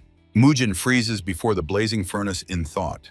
He weighs the master's words and finally agrees that such payment for combat science is quite fair and honest. The old blacksmith rests under the awning, listening to the rain, while inside the smithy, Mujin embarrassedly admits to Yuchun that he has never before made similar things. Sitting aside, the elderly master attentively watches the conversation near the furnace, curiously noting for himself that the young man is taking on making a sickle for the first time in his life. From the smithy's chimney, smoke rises into the gray sky. The blacksmith looks at it with hope and secretly prays that the blacksmith god is not angry that his forge has been idle for so long. The old man with a wart on his nose falls silent and listens to the inner sounds of the workshop, where finally the first confident and clear knock of the heavy metal hammer sounds. Holding a cup with a drink, the blacksmith reflects that the rhythm of the hammer perfectly harmonizes with the sound of the downpour. He sees in Mujin the potential to become, if not a legend, then a wonderful craftsman. Looking at the rainy street, the old blacksmith immerses himself in his own past. He recalls his youth when he was full of ambitions, and for a moment sadly lowers his gray head. Suddenly, the master's gaze becomes sharp, and his eyes widen from a sudden revelation. He guesses something extremely important that radically changes his attitude. In a swift flight against the background of a blue-purple starry sky shines a forged sickle, symbolizing the perfection of form and the strength of spirit of the young man who created it. The elderly blacksmith holds the finished tool in his hand with amazement. He looks extremely embarrassed as before him appear Mujin's tired hands extending the product. Mujin holds the shiny sickle and awkwardly asks if he did everything correctly, and the old man's trembling hands confirm the incredible quality of this first work in the boy's life. Mujin's hand touches the very stream of molten energy coming from the furnace, while on the other side of the frame, the blacksmith's hand firmly grips the forged sickle against the heat. The old master's face suddenly changes. He sharply raises his hand up, causing in Mujin a mute surprise and complete incomprehension of what the blacksmith is about to do. The master with darkened eyes begins to sharply swing the sickle in the air, and the frightened Mujin jumps aside trying to avoid accidental injury from the blade. On a purple background appears the face of the elderly blacksmith with a characteristic wart. His eyes now seem completely black, devoid of the usual human shine. Against the background of a stone floor, a close-up shows the corner and legs of a bamboo chair, which are extremely tightly and securely tied with a thick and strong rope. Part of the bamboo table barely holds on strong shackles, and bright sparks of energy fly from the chair, accompanied by a powerful and tangible flow of force. Under the forge's canopy against the backdrop of rain, the summer blacksmith confidently maneuvers the sickle, while the surprised Mujin watches him, and Yuchun calmly stands by the blazing furnace.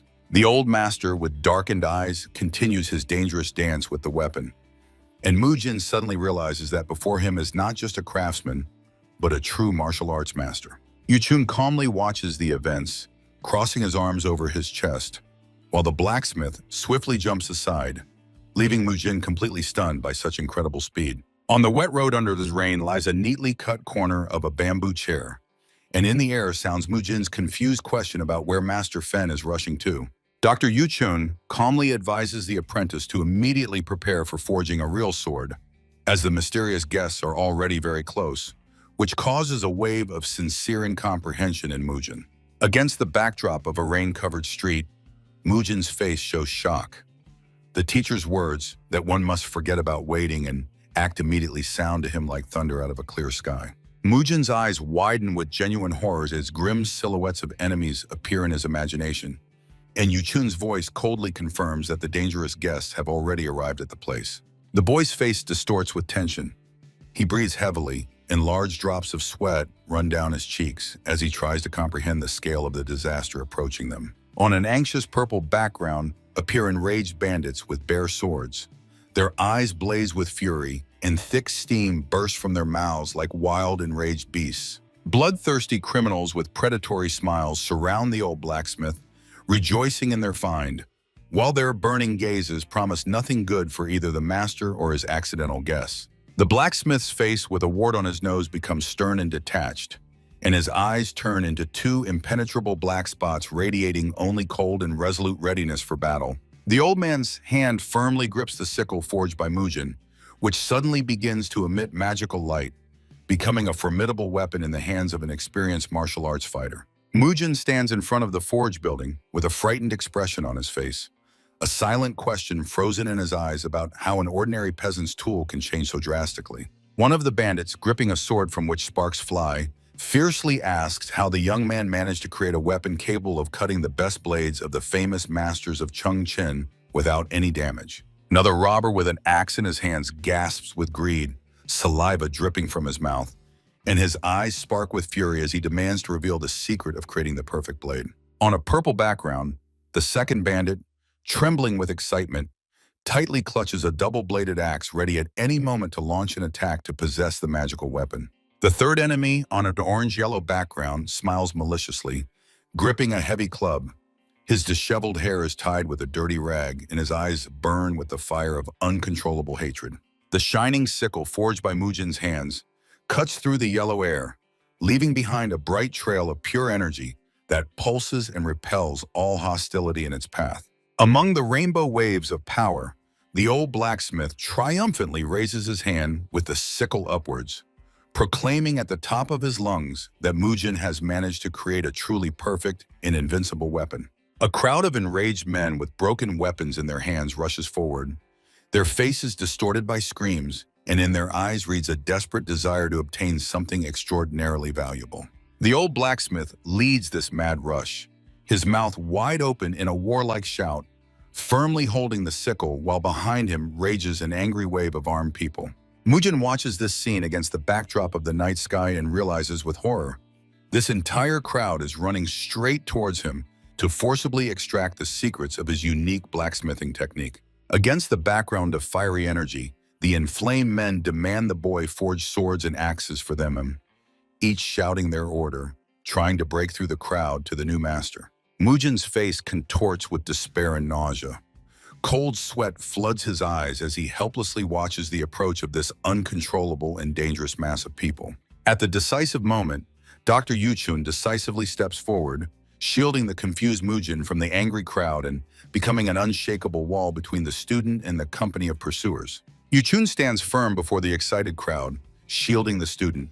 Before him appears the figure of the old master Fen, who casts a questioning and expectant look at the doctor. Dr. Yuchun's hand confidently rises upward, palm to the sky, freezing in a violet haze of energy that electrified the air around the entrance to the forge. With a sly smile on his face, Yuchun addresses the men, offering each to lay out 2 silver coins for the exceptional opportunity to see Mujin's work with their own eyes. The doctor's palm remains open and extended forward, eloquently hinting to the crowd that knowledge and the spectacle of skill must always be paid for with ringing coin. A real trade unfolds before the forge. Mujin watches in astonishment from the threshold as Yuchun collects money from the men and the old blacksmith, who crowd in anticipation of a miracle. Over the city, surrounded by high walls, bad weather prevails. Heavy raindrops beat on the tiles, and from the forge's chimney rises a thick yellow-black column of smoke into the gray sky. The lonely figure of young Jusen slowly moves along the stone pavement under the pouring rain. He walks forward, not even trying to find shelter from the cold downpour. Against the backdrop of luxurious, multi-story buildings, enclosed food stalls, Yusan looks like a stranger who stubbornly ignores the bad weather, immersed in his own mysterious goals. Suddenly, Yusan stops sharply. His face becomes alert, and his gaze turns somewhere aside as if he sensed danger or caught something familiar in the city noise. The boy walks along neat streets, past expensive houses, and a picturesque bridge over a stream, recalling the words of teacher Hongun that everything in this city looks majestic. Streams of rain run down Jusun's inspired face. He does not notice the cold because all his thoughts are occupied with the search for the mysterious hemp field that the master once told him about. The cityscape opens a view of a man-made stream, where under the arch of an old bridge in the shade hides a strange gathering of people whose presence seems extremely suspicious to Jusun.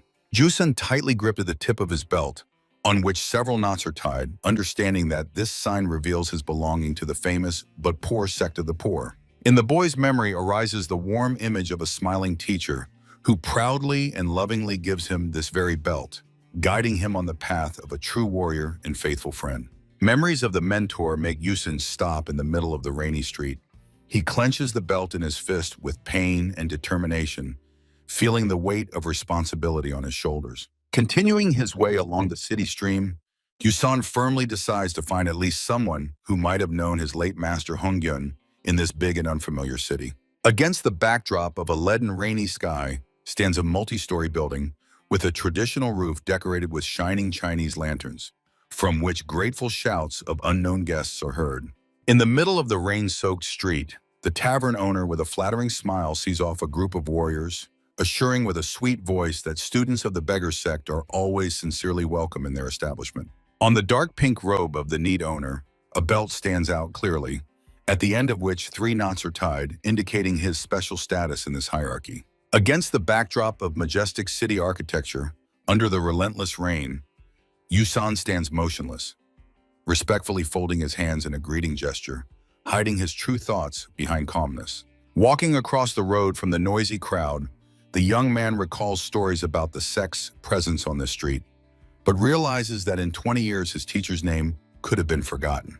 The street is drowned in downpour and the light of long lanterns, while Yusan gloomily reflects on how much the current sect differs from Hongyun's descriptions, impressed by the tavern owner's greed. The owner in the pink robe, confidently twirling a gold coin between his fingers, explains in a businesslike tone that joining the Chongqing branch requires a considerable contribution, which is supposedly easily earned by labor.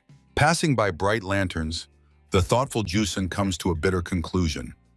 Even to be officially considered poor in this secular faction, one must first have a lot of money in their pocket. The young man wanders alone along an almost empty road, vainly trying to hide from the rain, and increasingly doubts that anyone in this city remembers his famous mentor. Heavy streams of water continuously flow from the pointed roof canopy, breaking against the cobblestones and emphasizing the gloomy atmosphere of fruitless searches in the very center of the downpour. An elderly man under the building's wall decisively shakes his head and raises his index finger, making it clear to Yusun that he has never heard of the legendary hemp poor. Another poor man, hiding from the bad weather under a neighboring roof, only shrugs in response to the boy's question, although the boy persistently reminds him that the events happened 2 decades ago. The crowd by the wall, among whom stands a woman with a baby, only silently shakes their heads, as the name of the 4-knot elder of the sect is completely unknown and alien to them. Jusun continues to wander the city in search of any clue about Hongyun, but as he approaches another group of poor people, he prepares in advance for another failure in silence. The boy slowly walks along the river, emerging from under the bridge where the destitute huddle, and politely thanks them for the conversation, despite his hope of finding the teacher gradually fading. Stopping by a cold stone wall, Yusun freezes and looks with a long, thoughtful gaze at an old piece of his mentor's belt, which he tightly clutches in his palm. Suddenly, the boy shudders from surprise when a frightened poor man runs swiftly past him under the bridge, desperately clutching his head as if escaping from an invisible danger. Through the veil of rain, Yusun watches the soaked figure of a man from whom water streams down, while the man complains in a trembling voice about the unbearable cold that pierces to the bone. The young man's face reflects deep thought and slight hesitation. He carefully examines the unfortunate poor man, trying to decide whether it makes sense to ask him the same question again. A skinny man with sunken cheeks and infinitely sad eyes, hearing the call of Yusan, slowly turns around, looking exhausted from the constant struggle for survival. Respectfully bowing his head in greeting, Yusan asks the stranger with hope about the hemp poor man with 4 knots, explaining that he lived in these parts about 20 years ago.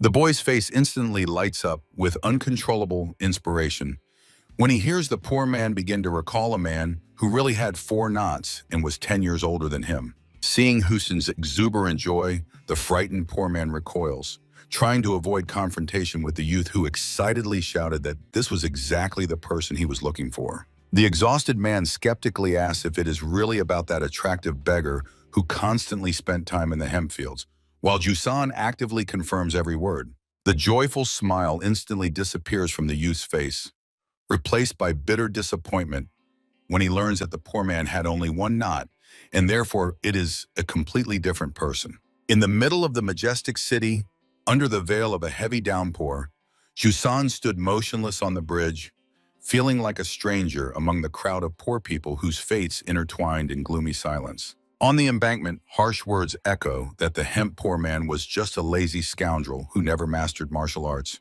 wasting his life in the fields. Seized by a sudden surge of anger and despair, Yusan abruptly rushes off, running wildly along the stone embankment while the rain tries to stop him with his cold blows. Huge raindrops break on the surface of the river, reminding the boy of the story about the theft of a mysterious item in old Grandma Jen, who might know the true truth about his teacher. Water mercilessly runs down the youth's face and hair, soaking through his headband, while each drop grows heavier with the realization of a possible betrayal by the one he trusted.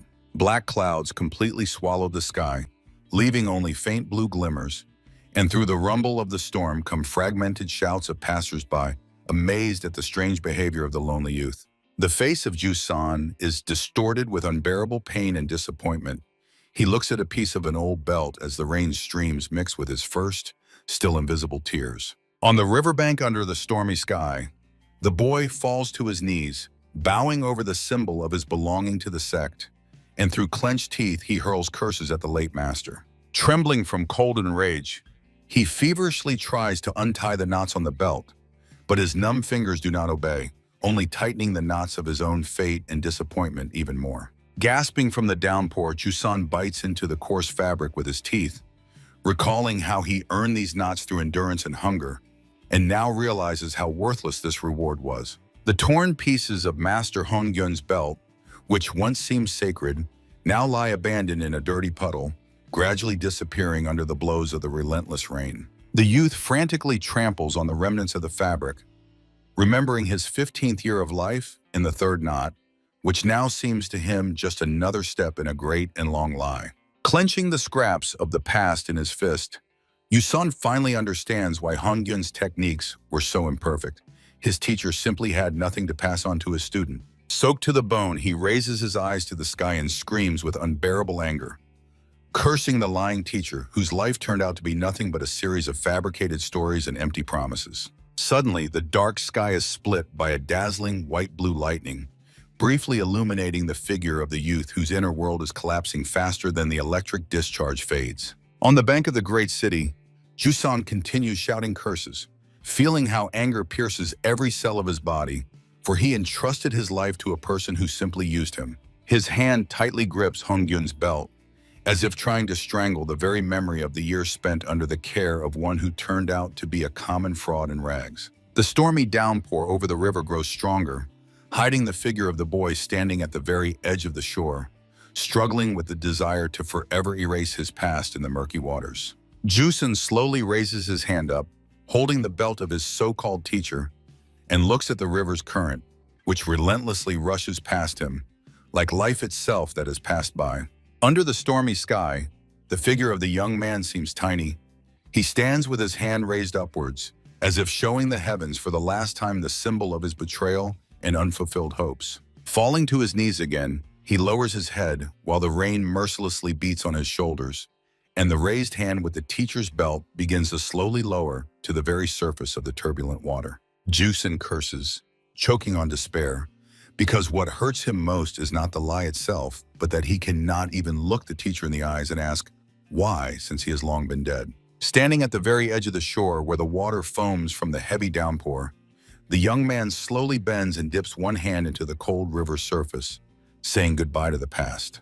The fingers finally unclench, and he lets the river water take away the last thing that connected him to Honggyun, the old belt with knots that no longer have any meaning.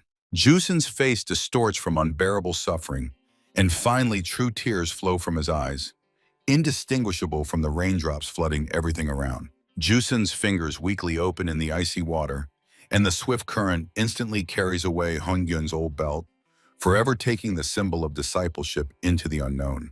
The stormy sky burns with dark purple and black colors, tearing the space with fierce lightning strikes, while the wall of relentless rain tries to wash away the remnants of past life. Broken and oppressed by the weight of truth, the young man bows down to the very ground in a desperate impulse, his figure resembling a person praying among the ruins of their own faith. Heavy clouds finally begin to disperse, revealing light gray clearings in the sky, which become the first sign of the end of the exhausting night storm. Against the background of the gradually brightening sky, a massive roof and a wall with a prominent sign, Fen Family Forge, emerge, promising stability in this changing world. Mujin, whose eyes shine with genuine satisfaction, confidently holds in his hands a newly forged massive sword, announcing the successful completion of today's hard work. The forge yard is filled with the enthusiastic shouts of men who insistently demand the master to continue working so they can admire his unparalleled talent for just a moment longer. The old blacksmith, with a characteristic wart on his nose, decisively drives the unruly crowd out the door, giving the tired Mujin the much-needed moment of peace by the forge.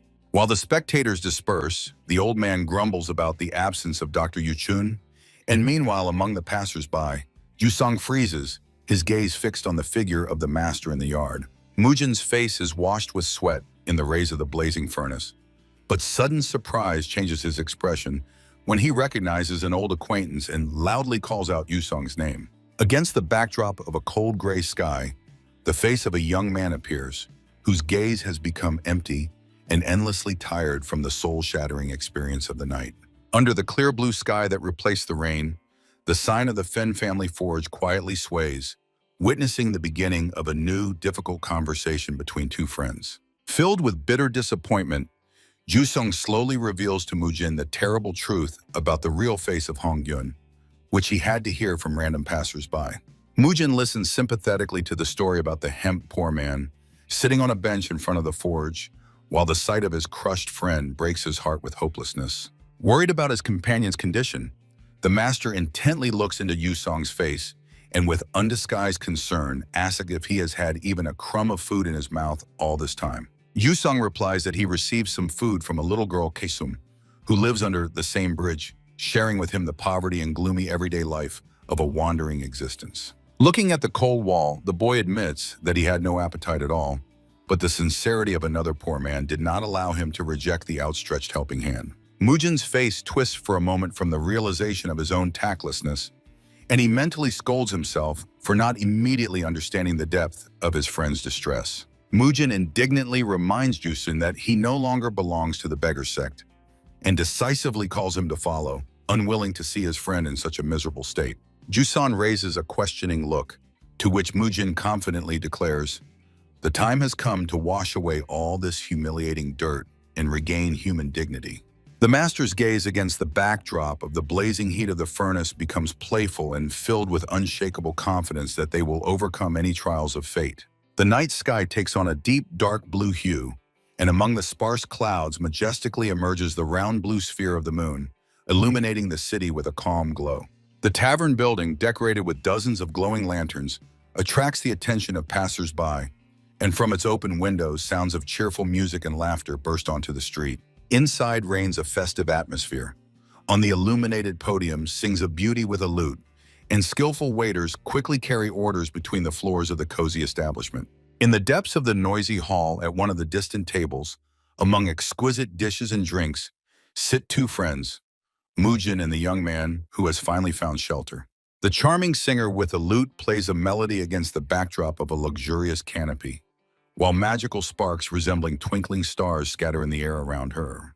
The renewed Jusan, in elegant attire and with a new hairstyle, stands confused in the middle of the tavern, clutching a cup in his hand and marveling at the surrounding luxury. Before the young man stretches a banquet table, golden roasted fish, appetizing chickens, and huge trays completely filled with pork ribs and juicy shashlik. Noticing the fear in his friend's eyes, Mujin loudly calls his name, trying to bring Jusun back to reality and finally urging him to enjoy the moment. Friends greedily empty the bowls, and while the satisfied Mujin savors the drink, Jusan, with slight fear, suggests feasting as if this evening is the last in their lives. In the large hall of the tavern, merriment reigns. Mujin continues to party to the fullest, while Jusan, overfilled with food, has simply collapsed powerless from the table. Suddenly, the party becomes truly hot. From the spicy food or strong drink, tongues of real flame burst from the mouths of both boys, dazzling the guests. The girl on the podium throws a very dissatisfied look toward the noisy company, irritably thinking that these two are making too much noise in her establishment. Jusan cheerfully winks at his friend, praising the incredible taste of the dishes, but Mujin laughingly reminds him that not long ago he was almost sick from overeating. Mujin mocks Dr. Yuchun, attributing to him a title for gambling, and Jusan in response jokes about the teacher's anger, risking a friendly blow of the 1,000 palms. By the wall on a bright red tablecloth stands a large jug alone, like a silent call for friends not to stop and to continue this crazy evening. Despite the noise in the hall, the singer's face remains focused. She continues to perform the melody, trying not to pay attention to the antics of strange visitors. Juzin, seized by excitement, places 2 empty plates to his head instead of ears, and amusingly makes a monkey face under the approving laughter of his companion. Mujin puffs his cheeks, trying to break the world record for eating dumplings, while Jusun behind him almost chokes with laughter watching this spectacle. On the red fabric of the table now towers a whole mountain of empty pots, eloquently testifying to how grand this unexpected banquet turned out to be. On the bright red tablecloth remain only empty pots and scattered crumbs of food, and the silence of the hall is broken by the loud and rhythmic hiccups of one of the friends. Satisfied Jusong and Mujin sit at the table, feeling an incredible heaviness in their stomachs, until Jusong suddenly asks how exactly it is customary to pay here. Hearing from Mujin that the payment is made with real money, Jusong tries to estimate the price of the banquet, despairingly reminding that he doesn't have a single penny. Jusong's face shines with unexpected laughter when Mujin admits that his pockets are empty too. It turns out they both remained ordinary poor men. The frightened singer with the lute freezes in place, hearing the boys' frank confession that they have nothing to pay for such a luxurious dinner. Imagining themselves as funny fat men from overeating, the friends shout across the hall about their poverty, shocking the tavern visitors with their candid sincerity.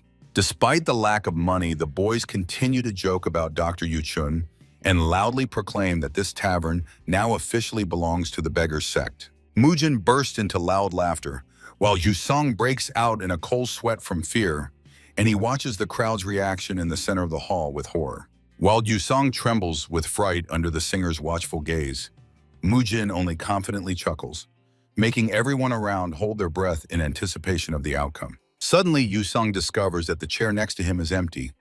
Mujin disappeared instantly, only managing to throw a brief assurance and farewell that everything will be fine. Mujin appears by the wall, wrapped in mysterious streams of energy, and with a triumphant smile promises that now he will settle the issue of paying the bill. In one hand, the master still holds a pot with a drink, and with the other, he swiftly pulls a sharp steel knife from his sleeve, gripping its handle tightly. The singer's face distorts with horror. She watches every movement of Mujin with wide eyes, while shiny sparks dance anxiously around her. With a happy and confident expression, Mujin raises a metal dagger to his eyes, carefully examining the blade as if it were the very coin for payment. On a deep purple background, cold steel flashes. The sharp blade of the dagger gleams, heralding the beginning of a dangerous act. The tavern singer froze in horror, clutching her lute tightly to her chest, her eyes filled with genuine numbness. While the girl watches, Mujin holds a pot with a drink in one hand and slices the air with incredibly fast combat movements with the other. The enraged Yusong bursts out shouting, trying to drown out the noise and find out from Mujin what the hell he has arranged with this crazy dance. The crowd around buzzes. Some consider the warrior a drunkard, Others demand the continuation of the spectacle, and Yusong only watches the chaos with fear. Mujin's eyes burn with an otherworldly light, while behind his back the stunned Yusong and a tavern worker try to comprehend what is happening. Ignoring everyone, Mujin continues his invisible fight, skillfully combining holding the jug with lightning-fast strikes of the sharp dagger. Only the stern profile of the warrior, in his hand firmly gripping the weapon's hilt, stand out against the rough stone wall of the old tavern. Mujin's gaze grows heavier, and his eyes flash with a sinister red fire as the hand with the blade draws deadly patterns in the air. From every movement of the warrior, pieces of dark energy scatter, causing the tavern worker to panic and call the guards to stop this magic. Mujin moves at the edge of human capabilities, surrounded by a whirlwind of black power, as if fighting an entire army of invisible, ghostly enemies. Through the tavern hall, guards run headlong, striving to subdue the warrior, while the frightened Yusong retreats as far as possible from the epicenter of events. From the balconies, mocking shouts of amused spectators pour down, while the guard sternly demands to stop this drunken spectacle in the middle of the establishment. By the wall where music once played, Mujin froze with a jug in his hands, and on the surface behind him appeared a mysterious, newly created drawing. The warrior slowly raises the pot, preparing to take a sip, under the watchful and hostile gazes of two guards who approach closely. The gleam of steel and splashes of the drink mix in a single dance as Mujin begins to pour the liquid in a circle, performing complex combat moves. The faces of the guards stretch in astonishment.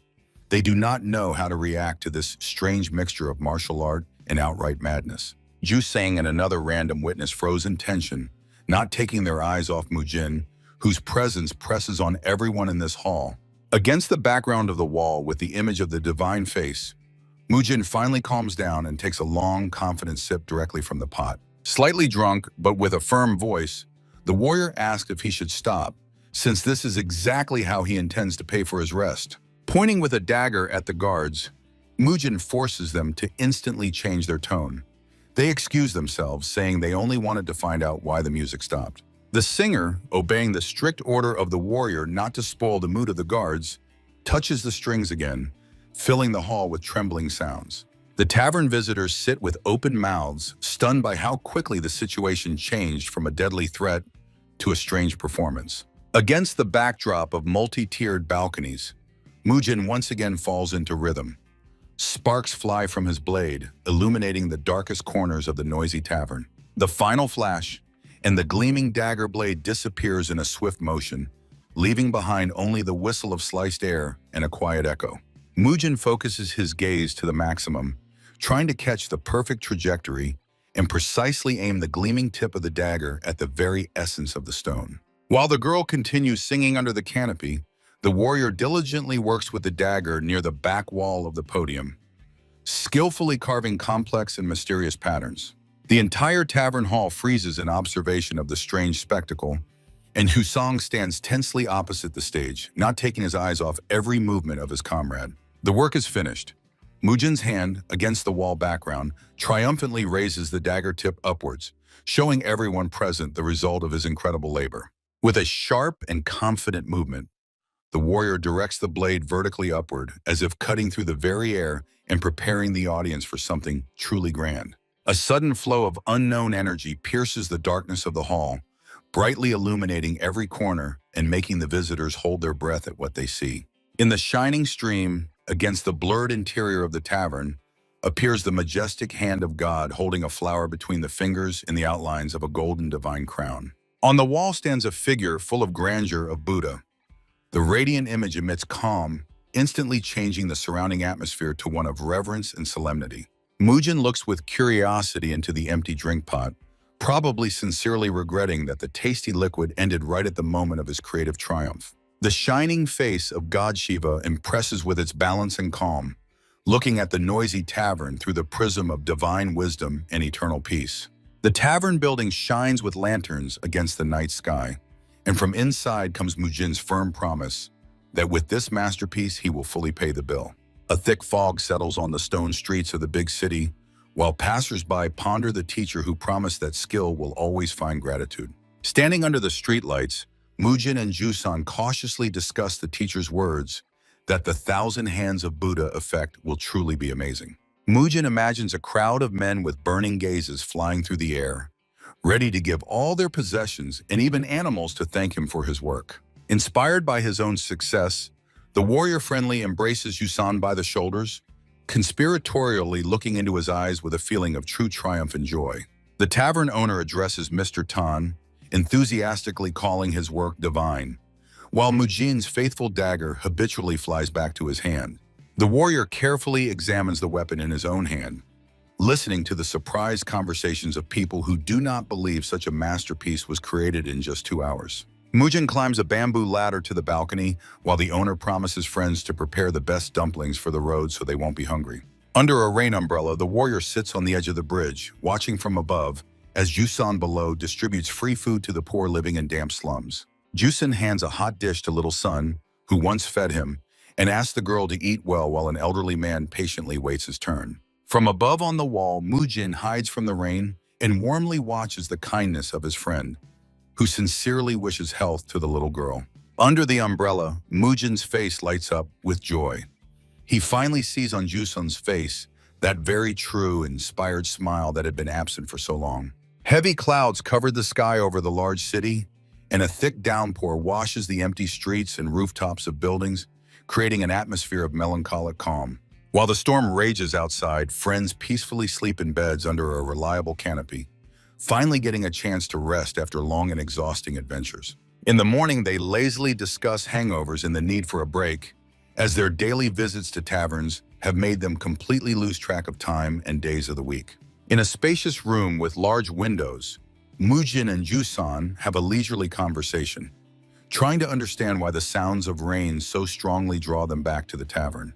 Mujin laughs in agreement with his companion, not rushing to get out of bed and enjoying the coziness of the room while the storm relentlessly rages outside.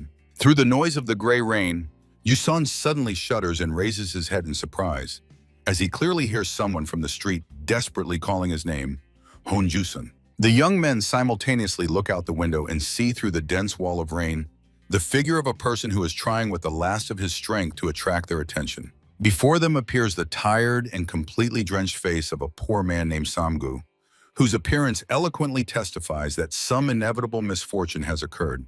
Against the backdrop of the gloomy sky unfolds a disturbing story about the disappearance of Sun, the girl always warned about her route and was afraid to go far in such bad weather. Frightened and extremely nervous, Samgu barely restrains his trembling, assuming the worst.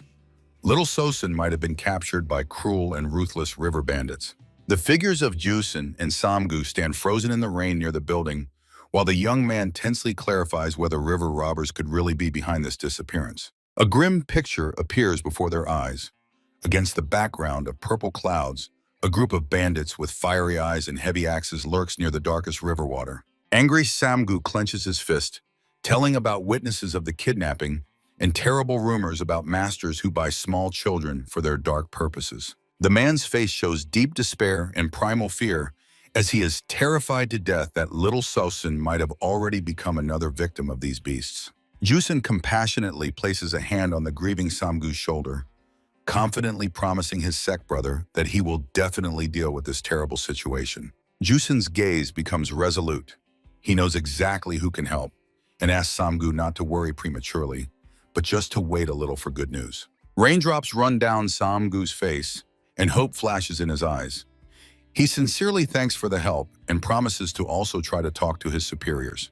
Under the rainy sky stands a tavern lit by lanterns, from which a sober warning comes. Do not expect too much from the leadership of the poor sect. Outraged Jusan sharply asks how they can be so indifferent, since they are members of the poor sect and must stand by each other in such times. The tavern owner with the sect sign on his belt leans heavily on the table, explaining that they cannot risk people without ironclad evidence of kidnapping. The man sadly shakes his head, wiping sweat from his face, and complains that an extremely difficult season has just begun, which literally ties their hands. Jusan frowns thoughtfully, recalling the owner's hospitality in the past, and suspects that the change in attitude is directly related to his lack of power nodes. The owner explains that the spring rainy season in Chongqing is a time of maximum tension, as this year's rains are much stronger than ever before. Jusan listens cautiously to the story and notices the owner's characteristic gesture, an upward turned palm, the meaning of which he instantly and very clearly reads. In the well-lit hall of the tavern, Jusung actively gestures, standing in front of a large window and trying to reach the conscience of his cold interlocutor. The tavern building is drowning in a gray downpour, and through the second-floor window, figures can be seen arguing about the inevitable flooding of the Yangtze and the great danger. The serious owner talks about floods that force every member of the sect to build barricades instead of fighting armed river bandits. Alert Jusang carefully considers what he has heard, understanding that due to the disaster, the sect simply has no free people to save the little girl. On the stone embankment near the bridge, where the poor huddle, Jusung talks with Samgu about how the tavern owner's words cannot be trusted even a bit. Jusung's face is full of sincere sympathy as he looks at Samgu, who at that moment is mercilessly shaking from experienced grief and injustice. Hiding from the rain on the embankment, the men continue the conversation about how barricades are being built upstairs, and the owners do not care about the fate of the destitute people. Against the background of the stone wall near the bridge, Jusung looks extremely surprised and tries to find at least some arguments to refute Samgu's gloomy words. Looking at the rainy city, Jusung fervently argues that martial arts masters must have at least a basic sense of justice. On the anxious purple-red background, Samgu shudders with bitter sobs, asking what kind of sense of justice ordinary bandits can have at all. Samgu says that in recent decades he has not heard about conflicts between bandits and the sect, and they will not risk their lives for a random poor person. Under the cloudy sky, Samgu cries, saying that the poor sect members are only afraid to lose their masks and status while other poor people hurry to calm him down. Jusun remembers himself as a child next to teacher Hong Yun in the face of an old pauper with sunken cheeks, who told him about those cursed knots. Angry Jusun thinks that all this about the noble poor was a lie, but at the same time convinces himself that he should not feel guilty about it. Standing on the embankment, the young man watches as the poor under the bridge comforts Samgu, suggesting to simply trust the sect, since Yusun was the only one who listened to them. Yusun opens an umbrella to go out into the downpour. He is upset and thinks that it is not his duty, and he has already done more than enough in the settlement.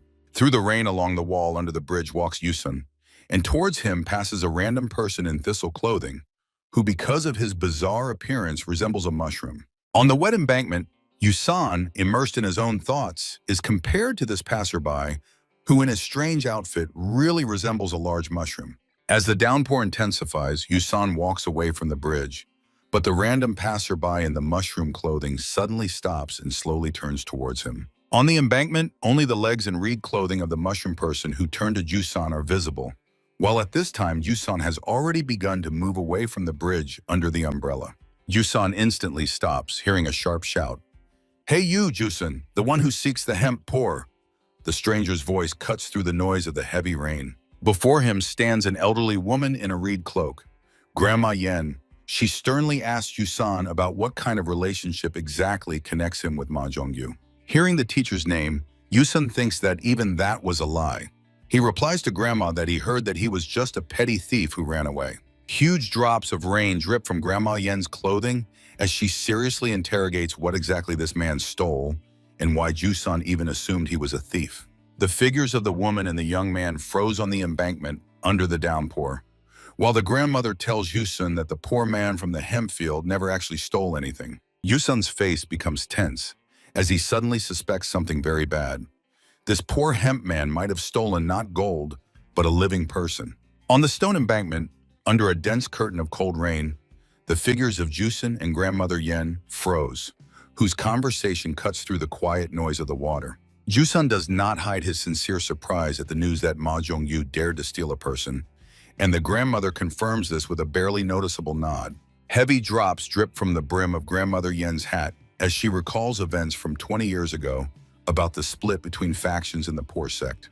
In the twilight of the rain appear the images of the leaders, a red-faced old man from the central region and a stern poor man from Winter Hill, who divided power. Under the black sky, two groups of people met, where former unity and harmony were completely crushed by accumulated grievances and uncontrollable emotions. Memories blaze with the glow of an ancient fight, when minor disputes between faction members finally escalated into a real bloody confrontation. Two men fiercely clutch each other by the collars against the backdrop of fire, marking the death of the poor man from the hill and the final expulsion of his supporters. On a purple fiery background lie scattered bodies and broken swords, and among the dead lies a man whose face terrifyingly resembles Jusun himself. Amid chaos and bloodied steel, the poor man from the hemp field managed to break free from the trap, taking with him the only son of the fallen comrade. On that fateful day, the sun broke through the clouds, illuminating the young Ma Zhongyu, who carefully held a baby wrapped in swaddling clothes close to himself. Yusun stands under a blessing umbrella, umbrella from which water drips. His eyes darken with heavy thoughts, and his clenched lips reveal inner tension and anger. The figure of Grandma Yen stands out clearly against the gloomy sky as she meets Yusan's gaze, who asks for the real name of the deceased. Amid the noise of the river, a short answer echoes.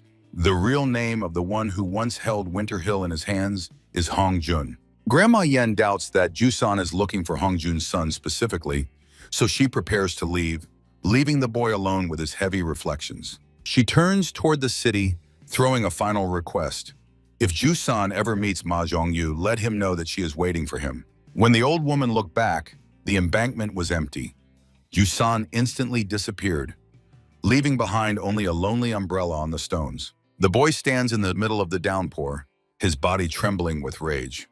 Ma Zhongyu's whole life was a complete lie, from his name to his martial arts. Raindrops or bitter tears of realization that his entire past reality was a fabrication flow down Jusun's face. He freezes on the riverbank, shuddering from the emotional pain that tears him apart inside more than any physical blow from an enemy. Overcome with despair, Jusan lowers his hands into the cold river water, as if trying to wash away from his memory all the falsehoods he has known until now. With a frantic scream, he plunges into the stream, seeking salvation in the water's element from thoughts that prevent him from breathing and thinking clearly. His gaze becomes glassy and sightless, and the streams of water on his face mix with rage, turning him into a truly furious beast. The blurred figure of the young man above the river surface desperately grabs water with his hands, trying to catch at least some hold in this sea of lies.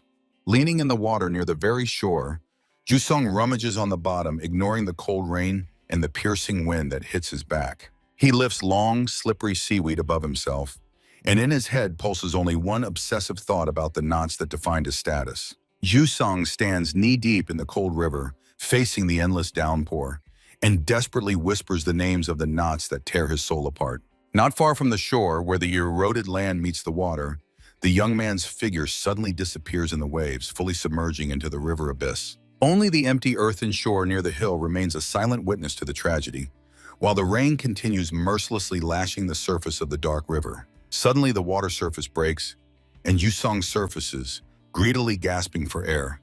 But the fire in his heart still does not extinguish from the cold. Unable to withstand the pressure of thoughts, he again plunges into the murky water at the foot of the hill, searching there for answers or at least a moment of peace. Deep underwater, Yusong swims through transparent currents, puffing his cheeks with air and desperately paddling his hands among thousands of silvery bubbles. His eyes are wide open underwater. He intently gazes into the river darkness while whirlpools of oxygen bubbles swirl around him.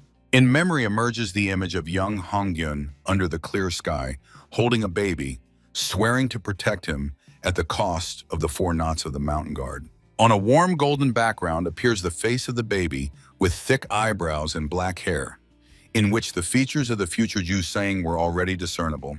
The memory transports to a small settlement at the foot of the cliffs, where Hongyun, frozen before the sandy spits, looked at the quiet wooden huts. A young mother with a baby in her arms shudders in fright when Hongyun appears in the doorway with a screaming child and 3 knots on his belt. On the sunny shore, the gray-haired teacher carefully wipes little Jusun after bathing, while the child tries to catch a bright butterfly. Years pass.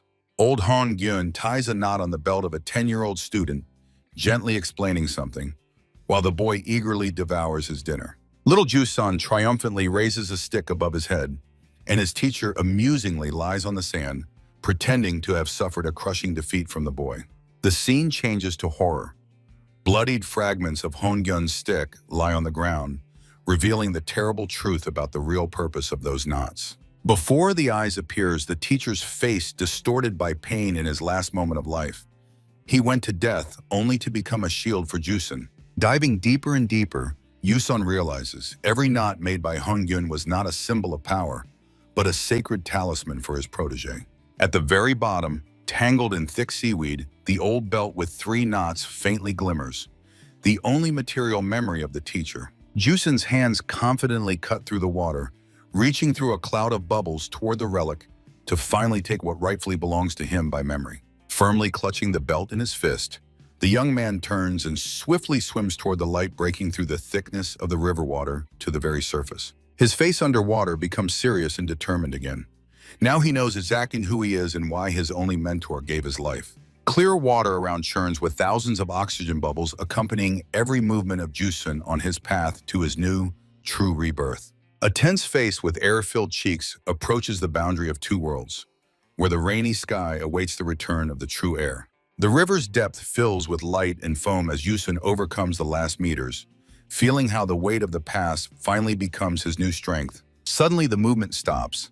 A purple figure freezes motionless in the depths with raised hands, as if the water has forever taken him into its embrace. In the turbulent river currents appears an imaginary, as if split figure of Mujin, whose desperate scream cuts through the noise of the water and the rumble of distant thunder. Finally, the sky softens. Through yellow-pink clouds, the first sun rays break through, illuminating 2 weary figures on the damp riverbank. Jusun and Mujin heavily gasp on the ground, quickened while the former frantically presses the found belt to his chest, the only treasure left from the teacher. Mujin, squinting displeased from the sun, grumbles at his companion, not understanding why he went into the water to ruin his clothes in such terrible weather. Sitting on the sand, Mujin seriously gazes at Jusun, who is trembling, but whose wet hand holds the old belt tighter than the most precious weapon. Mujin's gaze becomes questioning. Against the backdrop of the golden sky, he tries to comprehend what exactly has changed so radically in his companion's eyes. The sky finally clears completely, glowing with gentle pink hues, and the gentle light after the storm promises at least a brief respite from dangers. Jusun triumphantly raises a clenched fist with the Hongyun belt and, looking upward, asks Mujin to become his reliable ally one last time. River water reflects the sun's gold, while Mujin ironically reminds the friend who just saved his life. So what else can he demand? Jusun's face shines with inspiration. He offers Mujin a desperate plan to free So-sun together from the captivity of ruthless river bandits. Mujin freezes in silent amazement, trying to grasp the madness of this idea, while the sun highlights every wrinkle of doubt on his face. The yellow-blue sky with light pink clouds briefly gives an illusion of calm before the start of a new, even more dangerous adventure. A hand grips the dagger's hilt, and at that moment a barely noticeable but powerful energy begins to emanate from the blade, signaling readiness for battle. The landscape changes sharply. At the foot of tall mountains, under a new wave of relentless rain, a solitary 2-story wooden building stands tall. Under the gloomy sky, a group of people, bending under the weight of sandbags, hurriedly builds a dam, trying to tame the raging river element.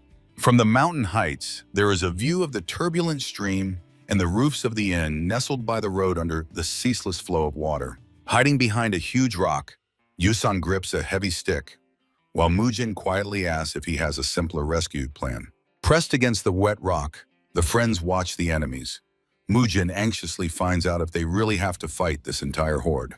The young men carefully peer into the windows of the 2-story house, assuming that So-sun is held there, and prepare for a secret infiltration inside. Mujin notes that their clean clothes will instantly reveal them as strangers, to which Yusun, without hesitation, suggests smearing themselves with mud or even undressing completely. Suddenly, both sharply turn over their shoulders. Behind their backs, a suspicious sound rang out, making the boys' hearts beat in a crazy rhythm. Figures appear on this hill under umbrellas.